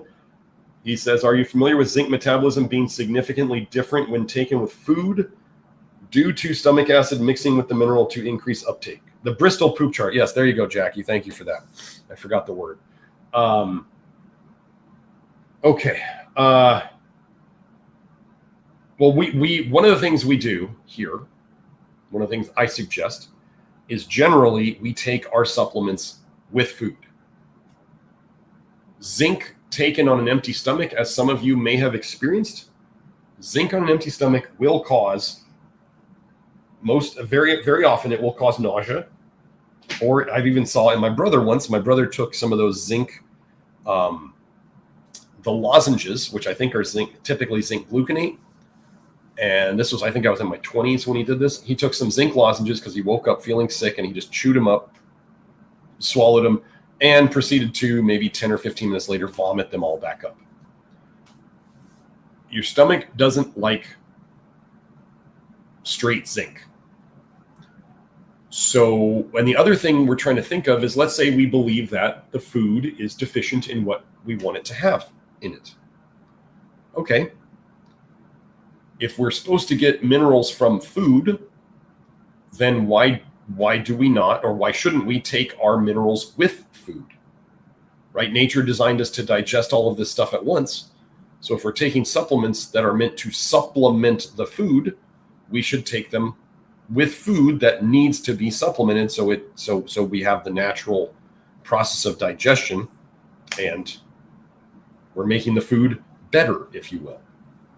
So in terms of would I think that we absorb minerals better with food and with the stomach acid that is released when we eat food? I don't doubt that at all.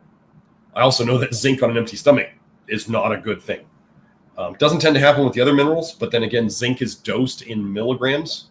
And this just, is it possible that zinc is increasing bile dumping? Possibly.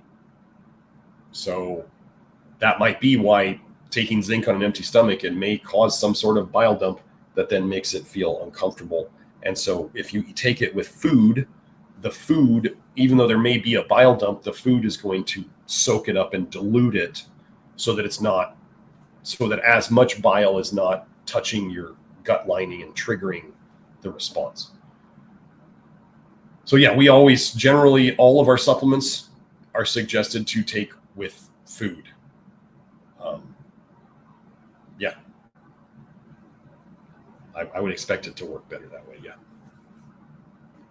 Some people tried taking lactoferrin away from food, and some people feel better with it, some people feel worse. So we just do it with food. That's all the super chats. Okay. Well, we are at, if anybody wants to get in the super chat before we go, this is your opportunity. Let's see. I'm up at the top. I'm looking down. Hope says Accutane is called Amnesteem in the US now. Amna, like amnesia, right? Amna and self-esteem. Amnesia of self-esteem. Wow. That's a pharma cartel, boy, they really know how to. Brandon says, I ask questions sometimes just as a prompt to teach the audience and an excuse to send you money.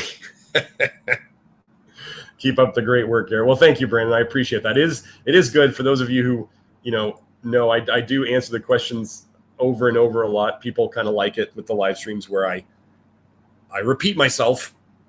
I don't assume that everybody's watched all the live streams, and some of these lessons are necessary to hear multiple times, even for myself. Actually, even Kelsey was talking on her office hours yesterday to people about how she's, Kelsey's only been doing this, the Love Your Liver, I think for a year, maybe a year and a half. And I mean, Kelsey's health history is she got aplastic anemia from retin-A in her past. She almost died from anemia that was induced by retin-A. And I will tell you that for any of you out there if you've had near-death experiences, it takes a long time to fix that. Right? Like, I mean, the amount of damage to your homeostatic mechanisms when they're trying to fix you to prevent you from dying, things shifted in the system, and it's going to take a while to fix them. So she was reminding people in her office hours that time is the big thing. We can keep doing all the right things, but they don't fix things right away. And it just takes time. And she was telling people in her office hours, reminding them that she still forgets about time sometimes. And Grant is out there still saying that he's having positive changes that he's still noticing 10 years into this. So don't get impatient. Don't get greedy. Realize that no one ever sold this as a quick fix. It's a marathon, not a sprint. And the deeper you may have done things or had things done to you or whatever, the deeper you got, the deeper the hole that was dug, regardless of how it got dug, the longer it's going to take to get out of it. So the first thing to do is to stop digging And then we see, like in the testimonials earlier today, when people stop digging so much, even if it's only a couple of basic things, they can start coming out of the hole. So don't doubt that. It just takes time. Oh,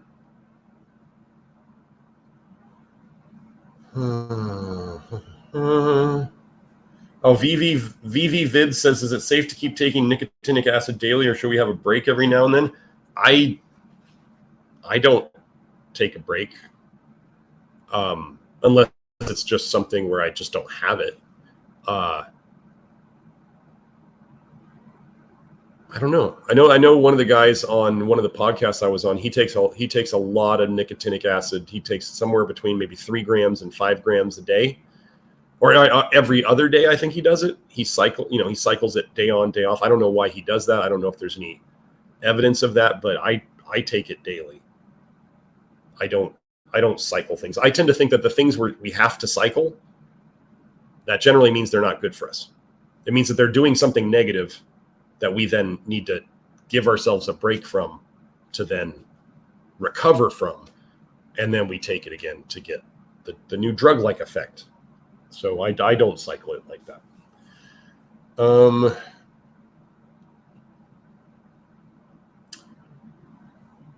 Christina was asking, I wonder what your opinion of the lemon cleanse, or the master cleanse would be. It's lemon with maple syrup for 10 days and a little cayenne too, which of course is not good.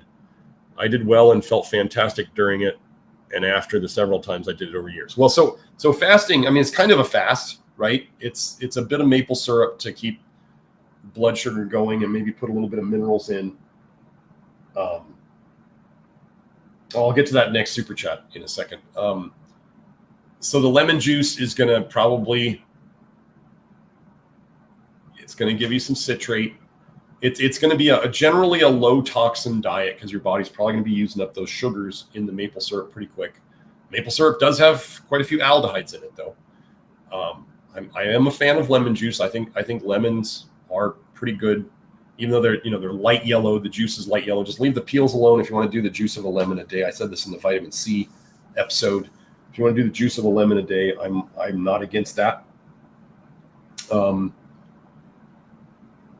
Cayenne, I'm not going to be a big fan of cayenne in it. I mean, it's just basically, it's a modified fast. A lot of people feel better when they're fasting because they're just not taking in as much poison. And I would still say that that's generally, even with the cayenne and the lemon juice and the maple syrup, it's still generally a low toxin intake, because all those calories from the sugars are probably getting burned up pretty quick because you're not eating. Do I think it's anything magic? Probably not. Do I think it probably could still slow down the metabolism over time if it was done too often? Probably. But remember, probably people who get on the fasting wagon, they do it because they did it the first time and they felt great during and maybe for a little bit after. And then the problems that they had before came back because they didn't deal with the root causes of the toxicities and deficiencies. And then they fast again, and maybe they feel better. Usually what happens is the feeling good effect gets less and less each time. And so, like you were hearing the testimonial earlier, people start doing longer fasts. They're like, oh, I just need to go longer. I just need to go harder. I just need to do now instead of water fasting, it's dry fasting. Like, they keep escalating the fasting requirements to less and less and less, because they're chasing this effect that has diminishing returns. So yeah, that's I just think the master cleanse is probably just another variation of fasting. P. Miller, who's I'm about to get to his content, or his super chat, he said, I started taking activated charcoal before bed and I now wake up with morning wood again. Yes. So again, the bile dump is probably getting in the way of, hormones, and we start soaking up the bile, and then we see positive things happen. So Susan Stewart, is there a good reference supporting the long-term use of charcoal? I haven't found one, including searching colostomy literature. I haven't, I mean, I can go find the longevity study in mice. Let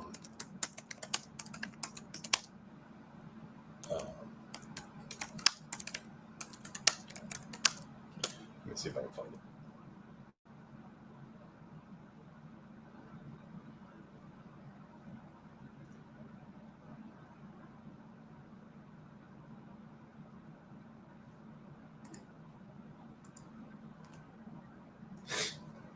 I mean, I would think, Susan, if I saw any, I mean, the pharmaceutical industry, if there was research on long-term problems with charcoal, they would jump on it. They would love to attack it. So let me share this tab. Here we go. Joe, if you want to bring this up. I did find this study. It is out there. So if you can find it here. In one animal study, Dr. V.V. Frolkis, a famous Russian gerontologist, that's somebody who studies aging, right? And his colleagues demonstrated that the lifespan in old laboratory rats, so these rats were already old, increased up to 34% by feeding them charcoal in their diet. So researchers concluded that the binding up of these toxins in the intestinal tract before they are absorbed or reabsorbed into the system, right, that's enterohepatic circulation, may be one mechanism that allowed the rats to live longer and healthier.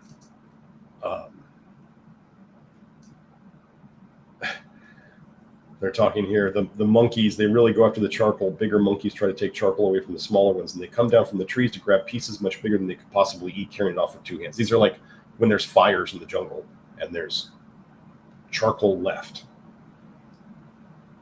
So anyway, showed that the charcoal had a high adsorptive capacity for phenols, like polyphenols, like plant antioxidants and soy phytoestrogens and tannins and stuff like that. But while the toxic phenols adhered to the charcoals, the proteins did not.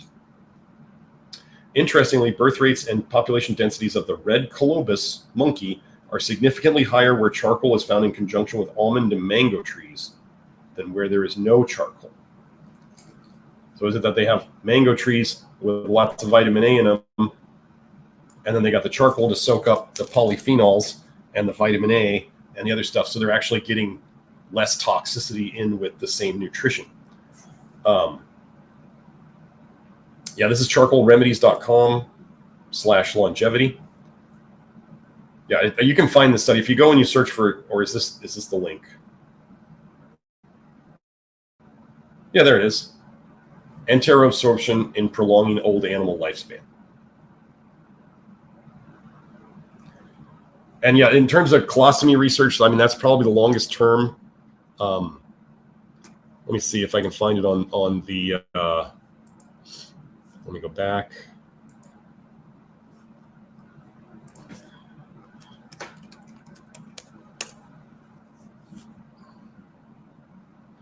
Oh, come on.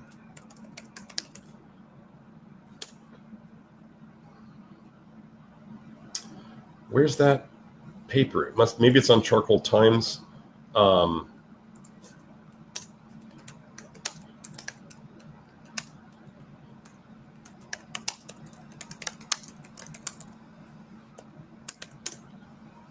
Maybe on charcoaltimes.com.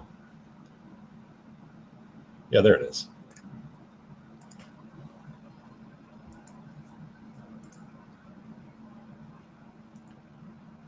So this is an article about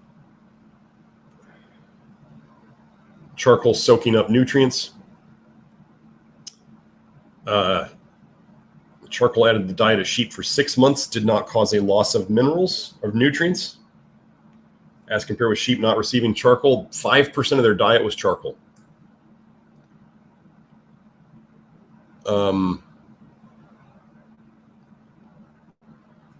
Yeah, see, this Dr. Holt guy says it's going to soak up everything. It's going to seriously affect health. Well, it didn't in the sheep.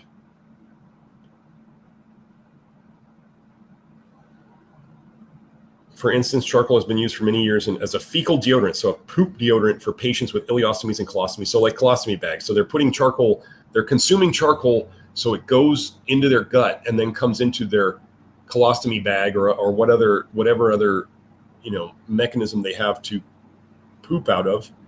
And so it smells less. It's not going to not smell, but it's going to smell less. In spite of the fact that they may routinely take charcoal orally 3 times daily for years, it has never been demonstrated to nutritionally affect these individuals who are already at risk of nutritional deficiency. I tried to find this journal. I couldn't find it. So if anybody finds it, let me know. But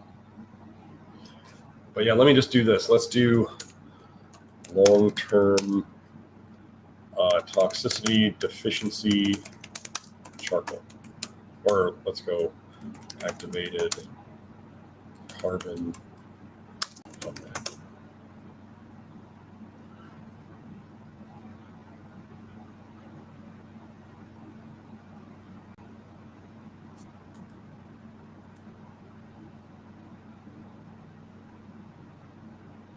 We have here poison patients were first treated with charcoal more than 150 years ago.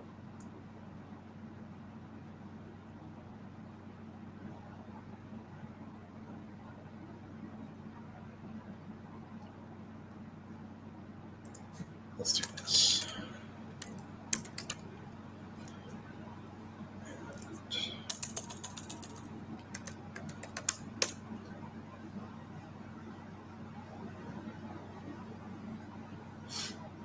Activated charcoal and bicarbonate for aspirin toxicity. Oh, somebody tell Ray Pete that aspirin can be toxic.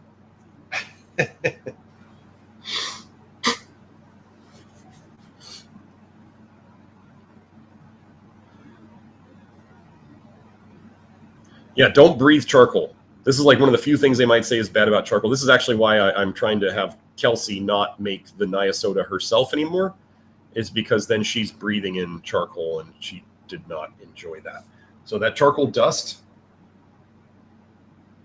do your best not to ingest it. Like if you're just getting a little poof of it on a daily basis, I'm not too worried about that, but definitely don't like inhale a bunch of it. That's not good for you. But there doesn't look like there's a lot of chronic or long-term data on charcoal. What we do know is that it doesn't cause nutrient deficiencies long-term. And then when they gave it to old rats, the old rats lived longer. That's what we have. So, and whatever that article is about, it's like superfoods or whatever. It's an article on charcoal where they're like, oh, it might have this toxin in it. Well, what does charcoal soak up? It soaks up toxins. So if you had a toxin that was created in the production of charcoal, the charcoal soaks up toxins. So it's probably not going to be bioavailable for somebody to absorb.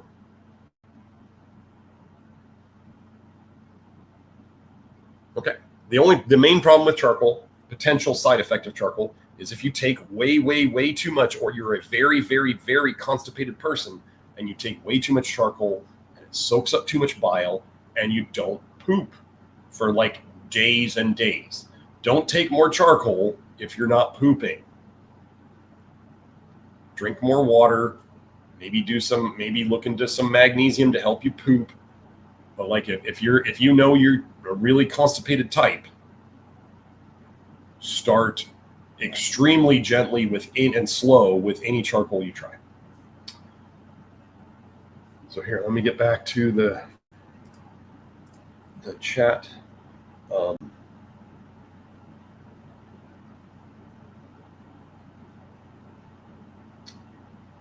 Joe said we got a couple more super chats. Okay, so now that's it on the super chats. We got enough now, so no more super chats, please.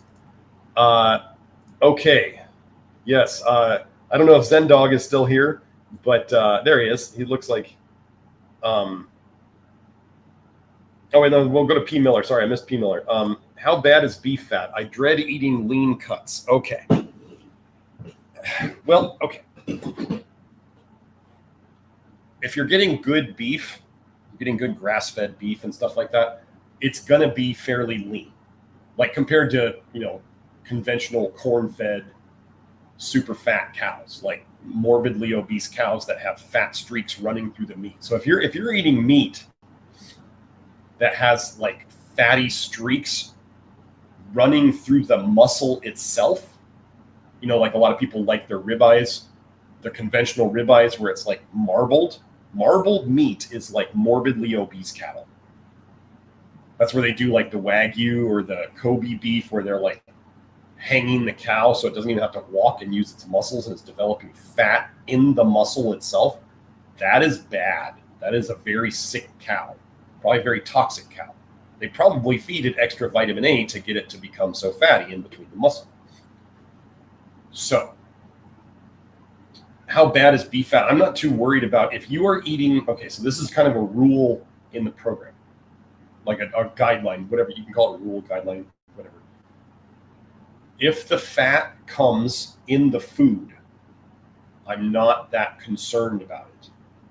Okay, like if I get a rib steak, and rib steaks, I don't know if you've seen a rib steak, but it has that giant chunk of fat in it that will basically set your grill on fire. I'm going to cut that out. Like I'm going to cut it out before I even cook it so that my grill doesn't like turn into a bonfire, and I'm not going to eat that. If there's big chunks of, if you want to call it subcutaneous fat or the fat around the muscle, I'm not going to like eat chunks of fat. If there's fat around it, I'm going to generally cut it off. I might still eat a little bit of it, but I'm generally going to cut off giant hunks of fat. But otherwise, I'm not too worried about beef fat. It's not that we're trying to do a low fat diet here. We're trying to minimize added fats and oils. So if there's fat in the beef and it's properly fed beef or whatever, I'm not too worried about it. I ate organic drumsticks last night, and did I eat the skin? Yeah, I ate the skin. I ate the skin. I tell people, like, how crazy are people to not eat good chicken skin when you have the opportunity? And it's an organic chicken. Some people out there are fussing about poultry and all that stuff. There's only so many things we can work on, folks. So if you don't want to eat lean cuts, the thing to know about lean cuts, not only is there less fat, but in the leaner the cut, the more zinc it contains and the more iron it contains. So that is the nature of leaner cuts of beef. Less fat, more zinc, more iron. That's just the way it is. So you can make your choices based on that. I'm not that worried. Like I said, I'm not worried about fats in the foods, in the whole foods that we eat. It's the added fats that are more of a concern. So that's that. That should make that easy. Okay, Susan's question: are plasma donations a good way to reduce vitamin A levels? Can they deplete nutrition? Let me see if I can find a good picture of. Wait. There it is.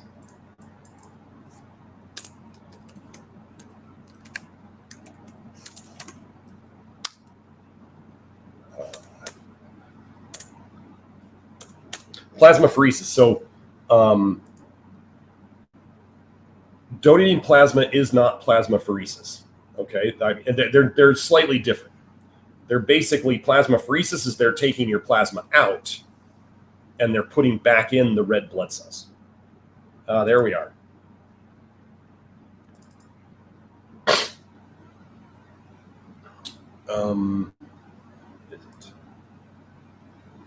Joe, I'll share this in a second.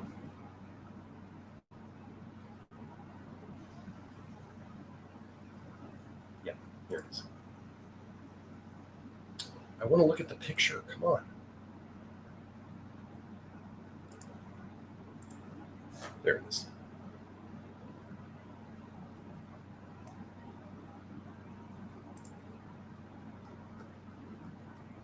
Almost ready.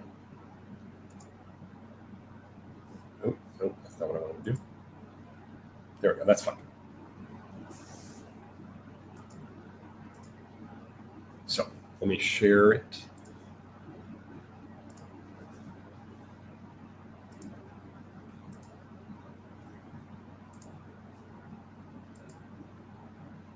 Okay. So donating plasma, I'm going to say overall, I don't recommend it. Could it, I mean, you're taking out plasma, the body regenerates plasma very, very quickly, but the thing to know is, okay, so when you go and donate plasma, or even plasmapheresis, so remember, okay, so donating plasma, they take your blood out, they spin it, they keep the plasma, and they give you back your red blood cells, okay? Plasmapheresis is kind of the opposite. They take out your blood, and they keep that. Well, they take out they're keeping the plasma, but they're going to waste it. They're not giving it to people. And then I believe they give you your red blood cells. So I'm pretty sure in this picture, Joe, if you're showing it, in this picture, this is the plasma, I'm pretty sure.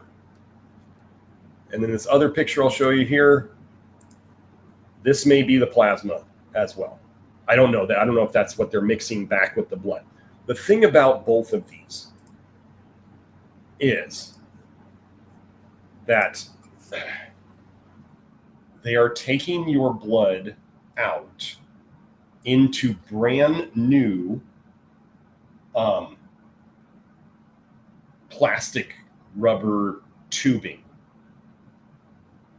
So you are basically, so all the off-gassing that tubing's doing, the microplastics that are going to come off, like these things haven't been used, right? They're new and they're sterile. So they have like a whole little closed system of tubes. If you've been to donate plasma, you've seen it. Like they have the spinner is new and the tubes are new, and you're getting like brand new plastic that has never been washed, or it's been washed with probably toxic chlorine variants of chemicals, just all sorts of toxicity. So your blood is going through the plastic.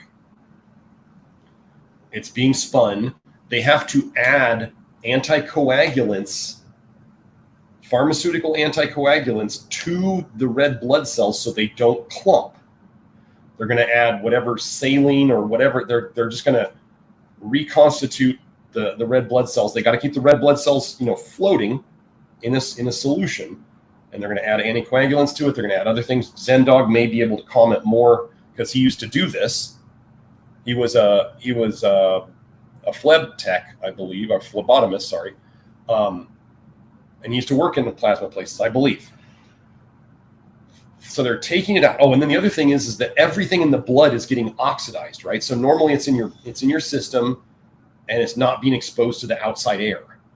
So you take this blood out of your body, and now it's being exposed to oxygen, so it's oxidizing. So whatever in there, for better or worse, is oxidizing. Whether that's iron oxidizing into rust, whether it's copper doing its oxidation, I just kind of jokingly call it copper rust. Whether it's other toxins getting oxidized, yes, vitamin A might oxidize, but that also can make it more toxic. Like you take retinol and retinaldehyde and you oxidize them, then you get retinoic acid. So they're oxidizing all these toxins. And then they're putting all that plastic back into you. They're putting that anticoagulant back into you. They're putting whatever else they added to the blood back into you.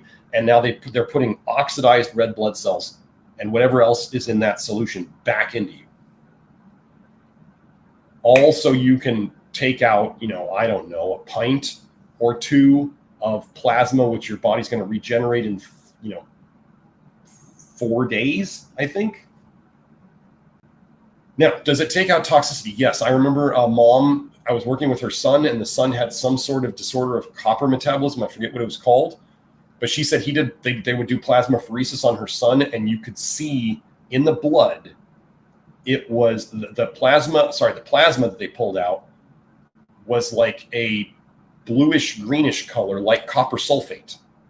She said his highest plasma copper, or his highest serum copper, was like 232. I want it below 90. He was 232. And this kid had all sorts of health problems. So you could see the copper in the plasmapheresis. Now, I will say that plasmapheresis, I believe in the sicker the people get who are getting plasmapheresis, their doctor recommends it, and it's a treatment, they get darker brown and darker yellows. Kind of like really dehydrated urine, but what might be in that blood? Bile and vitamin A. And just lots of toxicity. So can it take out some toxicity? Sure. Are you potentially causing more problems by adding back in microplastics and oxidizing the blood and anticoagulants? I remember I used to donate plasma in college when I was up at NAU in Flagstaff, and I would always kind of feel cold afterwards. I mean, yes, they added, they're giving you some saline back. They got to dilute the red blood cells, but there was also that anticoagulant. I'm pretty sure it was the anticoagulant that I was feeling, that cold feeling. I didn't like it, but back then I was a dumb college kid, and I was getting beer money for the weekend by sitting and donating plasma for 2 hours. We all had our dumb things, as they said. This chef says, right? There's a time and place for everything, kids, and that's college. So let me see. So let's see. Brandon's next question. Let's get to that. Where was it? I mean, Grant did donate plasma for a while, and I'm pretty sure he stopped. I don't know his exact reasons for stopping, but I may have talked to him about it, and he may have just kind of decided that he didn't, he may have realized some of the same things that I was talking about. And he was kind of like, I don't know if the trade's worth it. Brandon asks, any insights into gentle wave root canal? Traditional ones I would never recommend, or tooth pain relief when ear infection moves down into the teeth.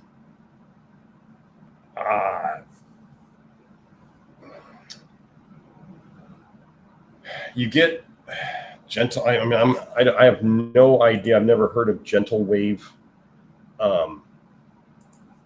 root canals.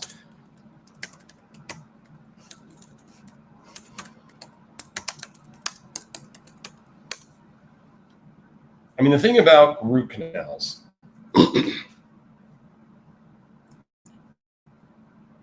in general is that they're leaving the dead tooth in your mouth. They're taking out, the root, the nerve, and the blood supply. If you wanted to create an area where things where you wouldn't detox and you wouldn't have signs of problems, you would take out the nerve and the blood flow.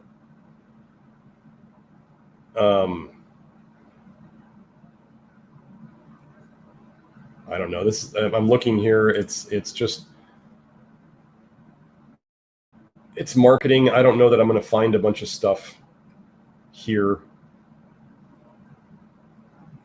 I don't know.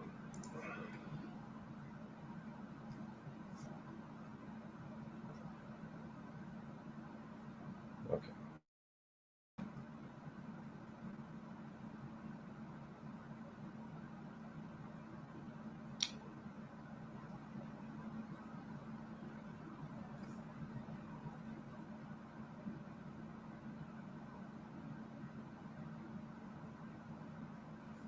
It looks like here it follows the principal protocols of conventional treatment, but minimizes file use in order to preserve more tooth structure.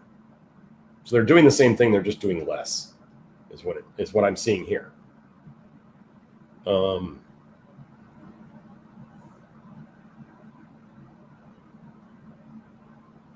Yeah. I mean, we want to avoid root canals at all costs.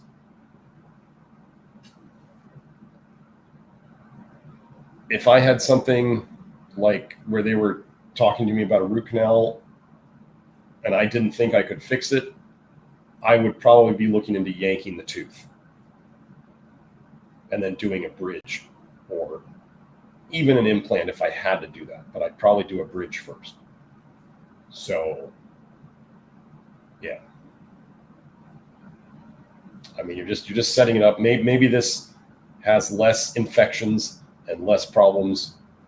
It's still again, dentistry is the only field where they will leave something dead, like a tooth that has had a root canal, where they will leave something dead in your body and they will tell you it's not going to get infected.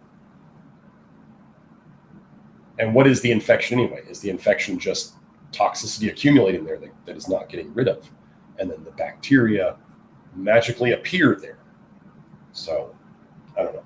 In terms of the question about, I mean, if you were to look into the gentle wave process and people, you're honestly looking around other places than just their website. You're looking at, other websites that are not associated with the company, and you're seeing people talk highly of them, especially if people have had them before, and they're saying this was easier, less painful. I had issues with root canals getting infected before, and these didn't. Or if they're actually doing research on it and they're showing less infections, maybe it's a better process. Okay, I'm open to that. It may be a better process. Tooth pain relief when an ear infection moves down into the teeth. Now, so when we get into pain relief,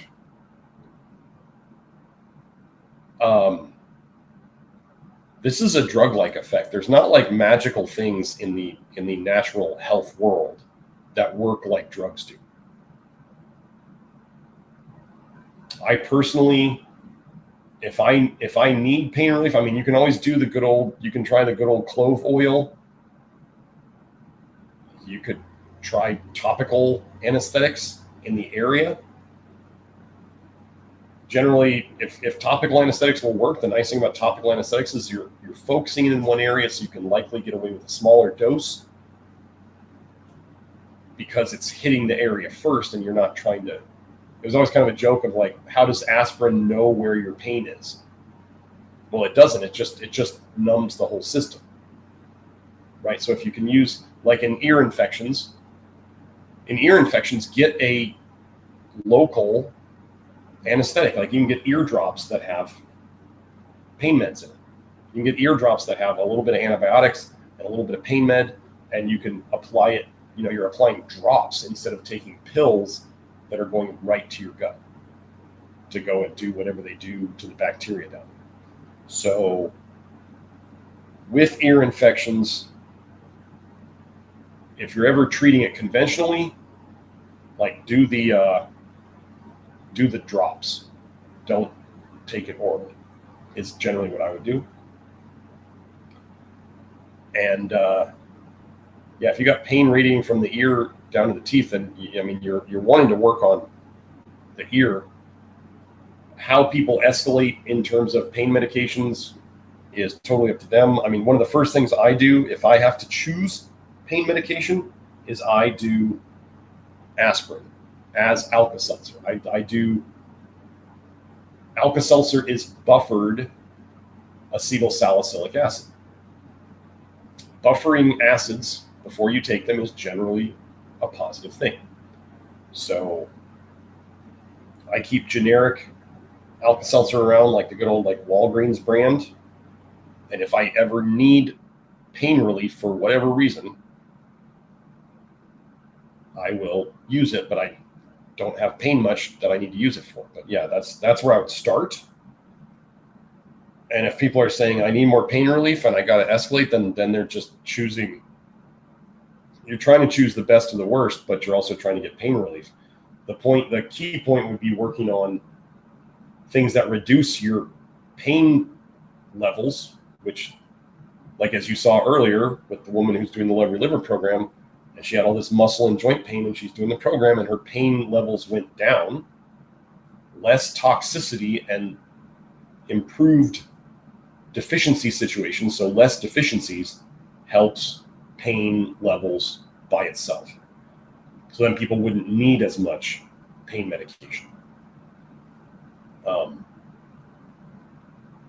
yeah, if you start escalating, you're going. Aspirin works really well when people are fairly detoxed. Aspirin is like a huge positive, and I do think it's one of the more quote unquote natural, well tolerated things. I'd much rather take aspirin than like ibuprofen, which has been shown to lower testosterone, or acetaminophen or paracetamol. I tried some Vicodin ones. It didn't do anything for me pain relief wise. Somebody had me, they gave me some and I tried it and I was like, this didn't do anything. So I don't think opiates are really my pain relief medication of choice. They just don't seem to do much. But yeah, I do know that I had okay, so let me tell a quick story about pain. Ear pain, I had ear pain and I had tooth pain. And I was realizing over time that what I had was a TMJ problem, and I was probably grinding at night. And what I did was I got the mewing app. I think it's called mewingapp.co. It's by one of the Mew family. Like it's not garbage on the internet where everybody's trying to mew to like look better. This is actually to like fix teeth. Like if my kids are gonna just if between the ex-wife and I, if we decide that we want to do something, what most people are familiar with orthodontics, we're doing orthotropics, and I'm going to find an orthotropics guy, hopefully in Phoenix, and fix their jaws and teeth that way instead of doing orthodontics like I did. But I started doing the tongue position. I started working on my swallowing. If you don't know anything about mewing, Mike Mew says that swallowing properly is the most important part of mewing. It's not just making the Giga Chat face or whatever. It's swallowing properly is the most important part of it. And he actually says, if you're just here for aesthetics, we don't want you. Like, we are here to fix people. And that's kind of like what I say. I'm like, if you're here, if you come to the Love Your Liver program and you're just like, I just want to lose weight, I'm like, I don't want you. Like, this is not just about losing weight. This is about fixing health. And the weight is a secondary kind of vanity thing. That's a side effect of your health not being good. Do I believe in health at any weight? No, that's a crock. If people are carrying too much weight, there's a toxicity problem, and there's other problems. And it wouldn't take much questioning to figure that out. So anyway. But tooth pain relief, when the pain moves, I would just try to do local first. Do local before systemic. Anytime you can do local before systemic, I think that's good. Why would I, like the last time a couple years ago, I think when I got back when I got the coof years ago, what they call the coof, one of the worst symptoms of me when I get quote unquote sick like that or have a detox dump like that is body aches. And so I decided that sleeping, because if I get the body aches real bad, I don't sleep. And I decided that sleeping was more important, and that taking 2 Alka-Seltzer, the equivalent of 2 aspirin, to help myself sleep was worth taking the aspirin so I could sleep to heal better. But that was an informed choice that I made. And I decided to do that, and it worked. I did sleep. So, okay. Let me see. Was there anything else? Wait, somebody tagged me. Yeah, Zendog was saying he used to run the plasma machines, plastic and vinyl, and corn syrup with preservatives. Oh my gosh! Yes, he was a senior phlebotomist. Let's see. So here's what he's saying is that they're putting that's going into the plasma, and what they're giving you back, the red blood cells. Okay, so he says plastic and vinyl, corn syrup with preservatives, tons of citrate. Oh, he says women's plasma on the pill is gross greenish. Oh my gosh, I really have to do my Twitter thread showing that birth control pills raise copper and vitamin A in the blood. So why would a woman on the birth control pill, why would her plasma be gross greenish? Because there's an excess of copper in her blood. So, Zendog says, if you do the math, the amount of vitamin A reduced via donating blood or plasma is minuscule compared to the amount of vitamin A in our liver and tissue. It is far, far less than 1%. Yeah. So,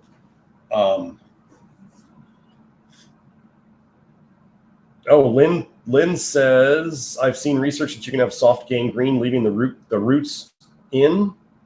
Talking about root canals. And then she said she'll share her gangrene story in the Love Your Liver program. Okay, so let's see.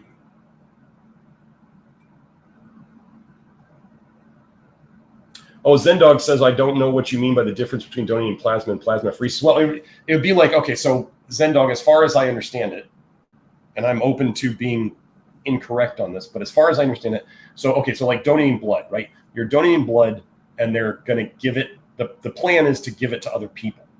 So donating plasma, the plan is to give the plasma to other people. They give you back your red blood cells, right? Plus all the corn syrup and preservatives and anticoagulants and all that stuff. Whereas plasmapheresis, and so like therapeutic phlebotomy, when they draw your blood at a therapeutic phlebotomy, they're taking your blood out and they're going to throw it away. They're not giving it to anybody. Plasmapheresis is they're taking your plasma out and they're going to throw it away. They're not giving that plasma to anybody. So it's just the difference is what they're doing with the product afterwards. It's either potentially to be used by other people or it's just getting trashed. So. Oh, Zendog says, nasty rabbit hole when you research what they do in research and manufacturing with plasma. Eesh. And he says, if they're not paying for the plasma, the quality is much, much higher. When they pay for the plasma, like the plasma donation centers, the product is, yeah, never mind. Because the types of people who are likely donating plasma for money, probably not healthy people eating healthy foods, doing healthy things. Yeah, that makes sense. So yeah, that's basically the that's the questions. So yeah, Brandon, I hope that answers. I wish I had better answers. Pain relief is pain relief. It sucks. But so again, we always want to remember with pain relief, folks, is the goal is to fix the cause of the pain. If you have to do something short term, whether that's pharma cartel meds or pain medications or whatever, you're trying to do the lowest amount of it that you need to do, the minimal effective dose, and you are trying to do your best to make the best choice of the least toxic med that will get the job that you need to get done. Yeah. So, yeah, that's that.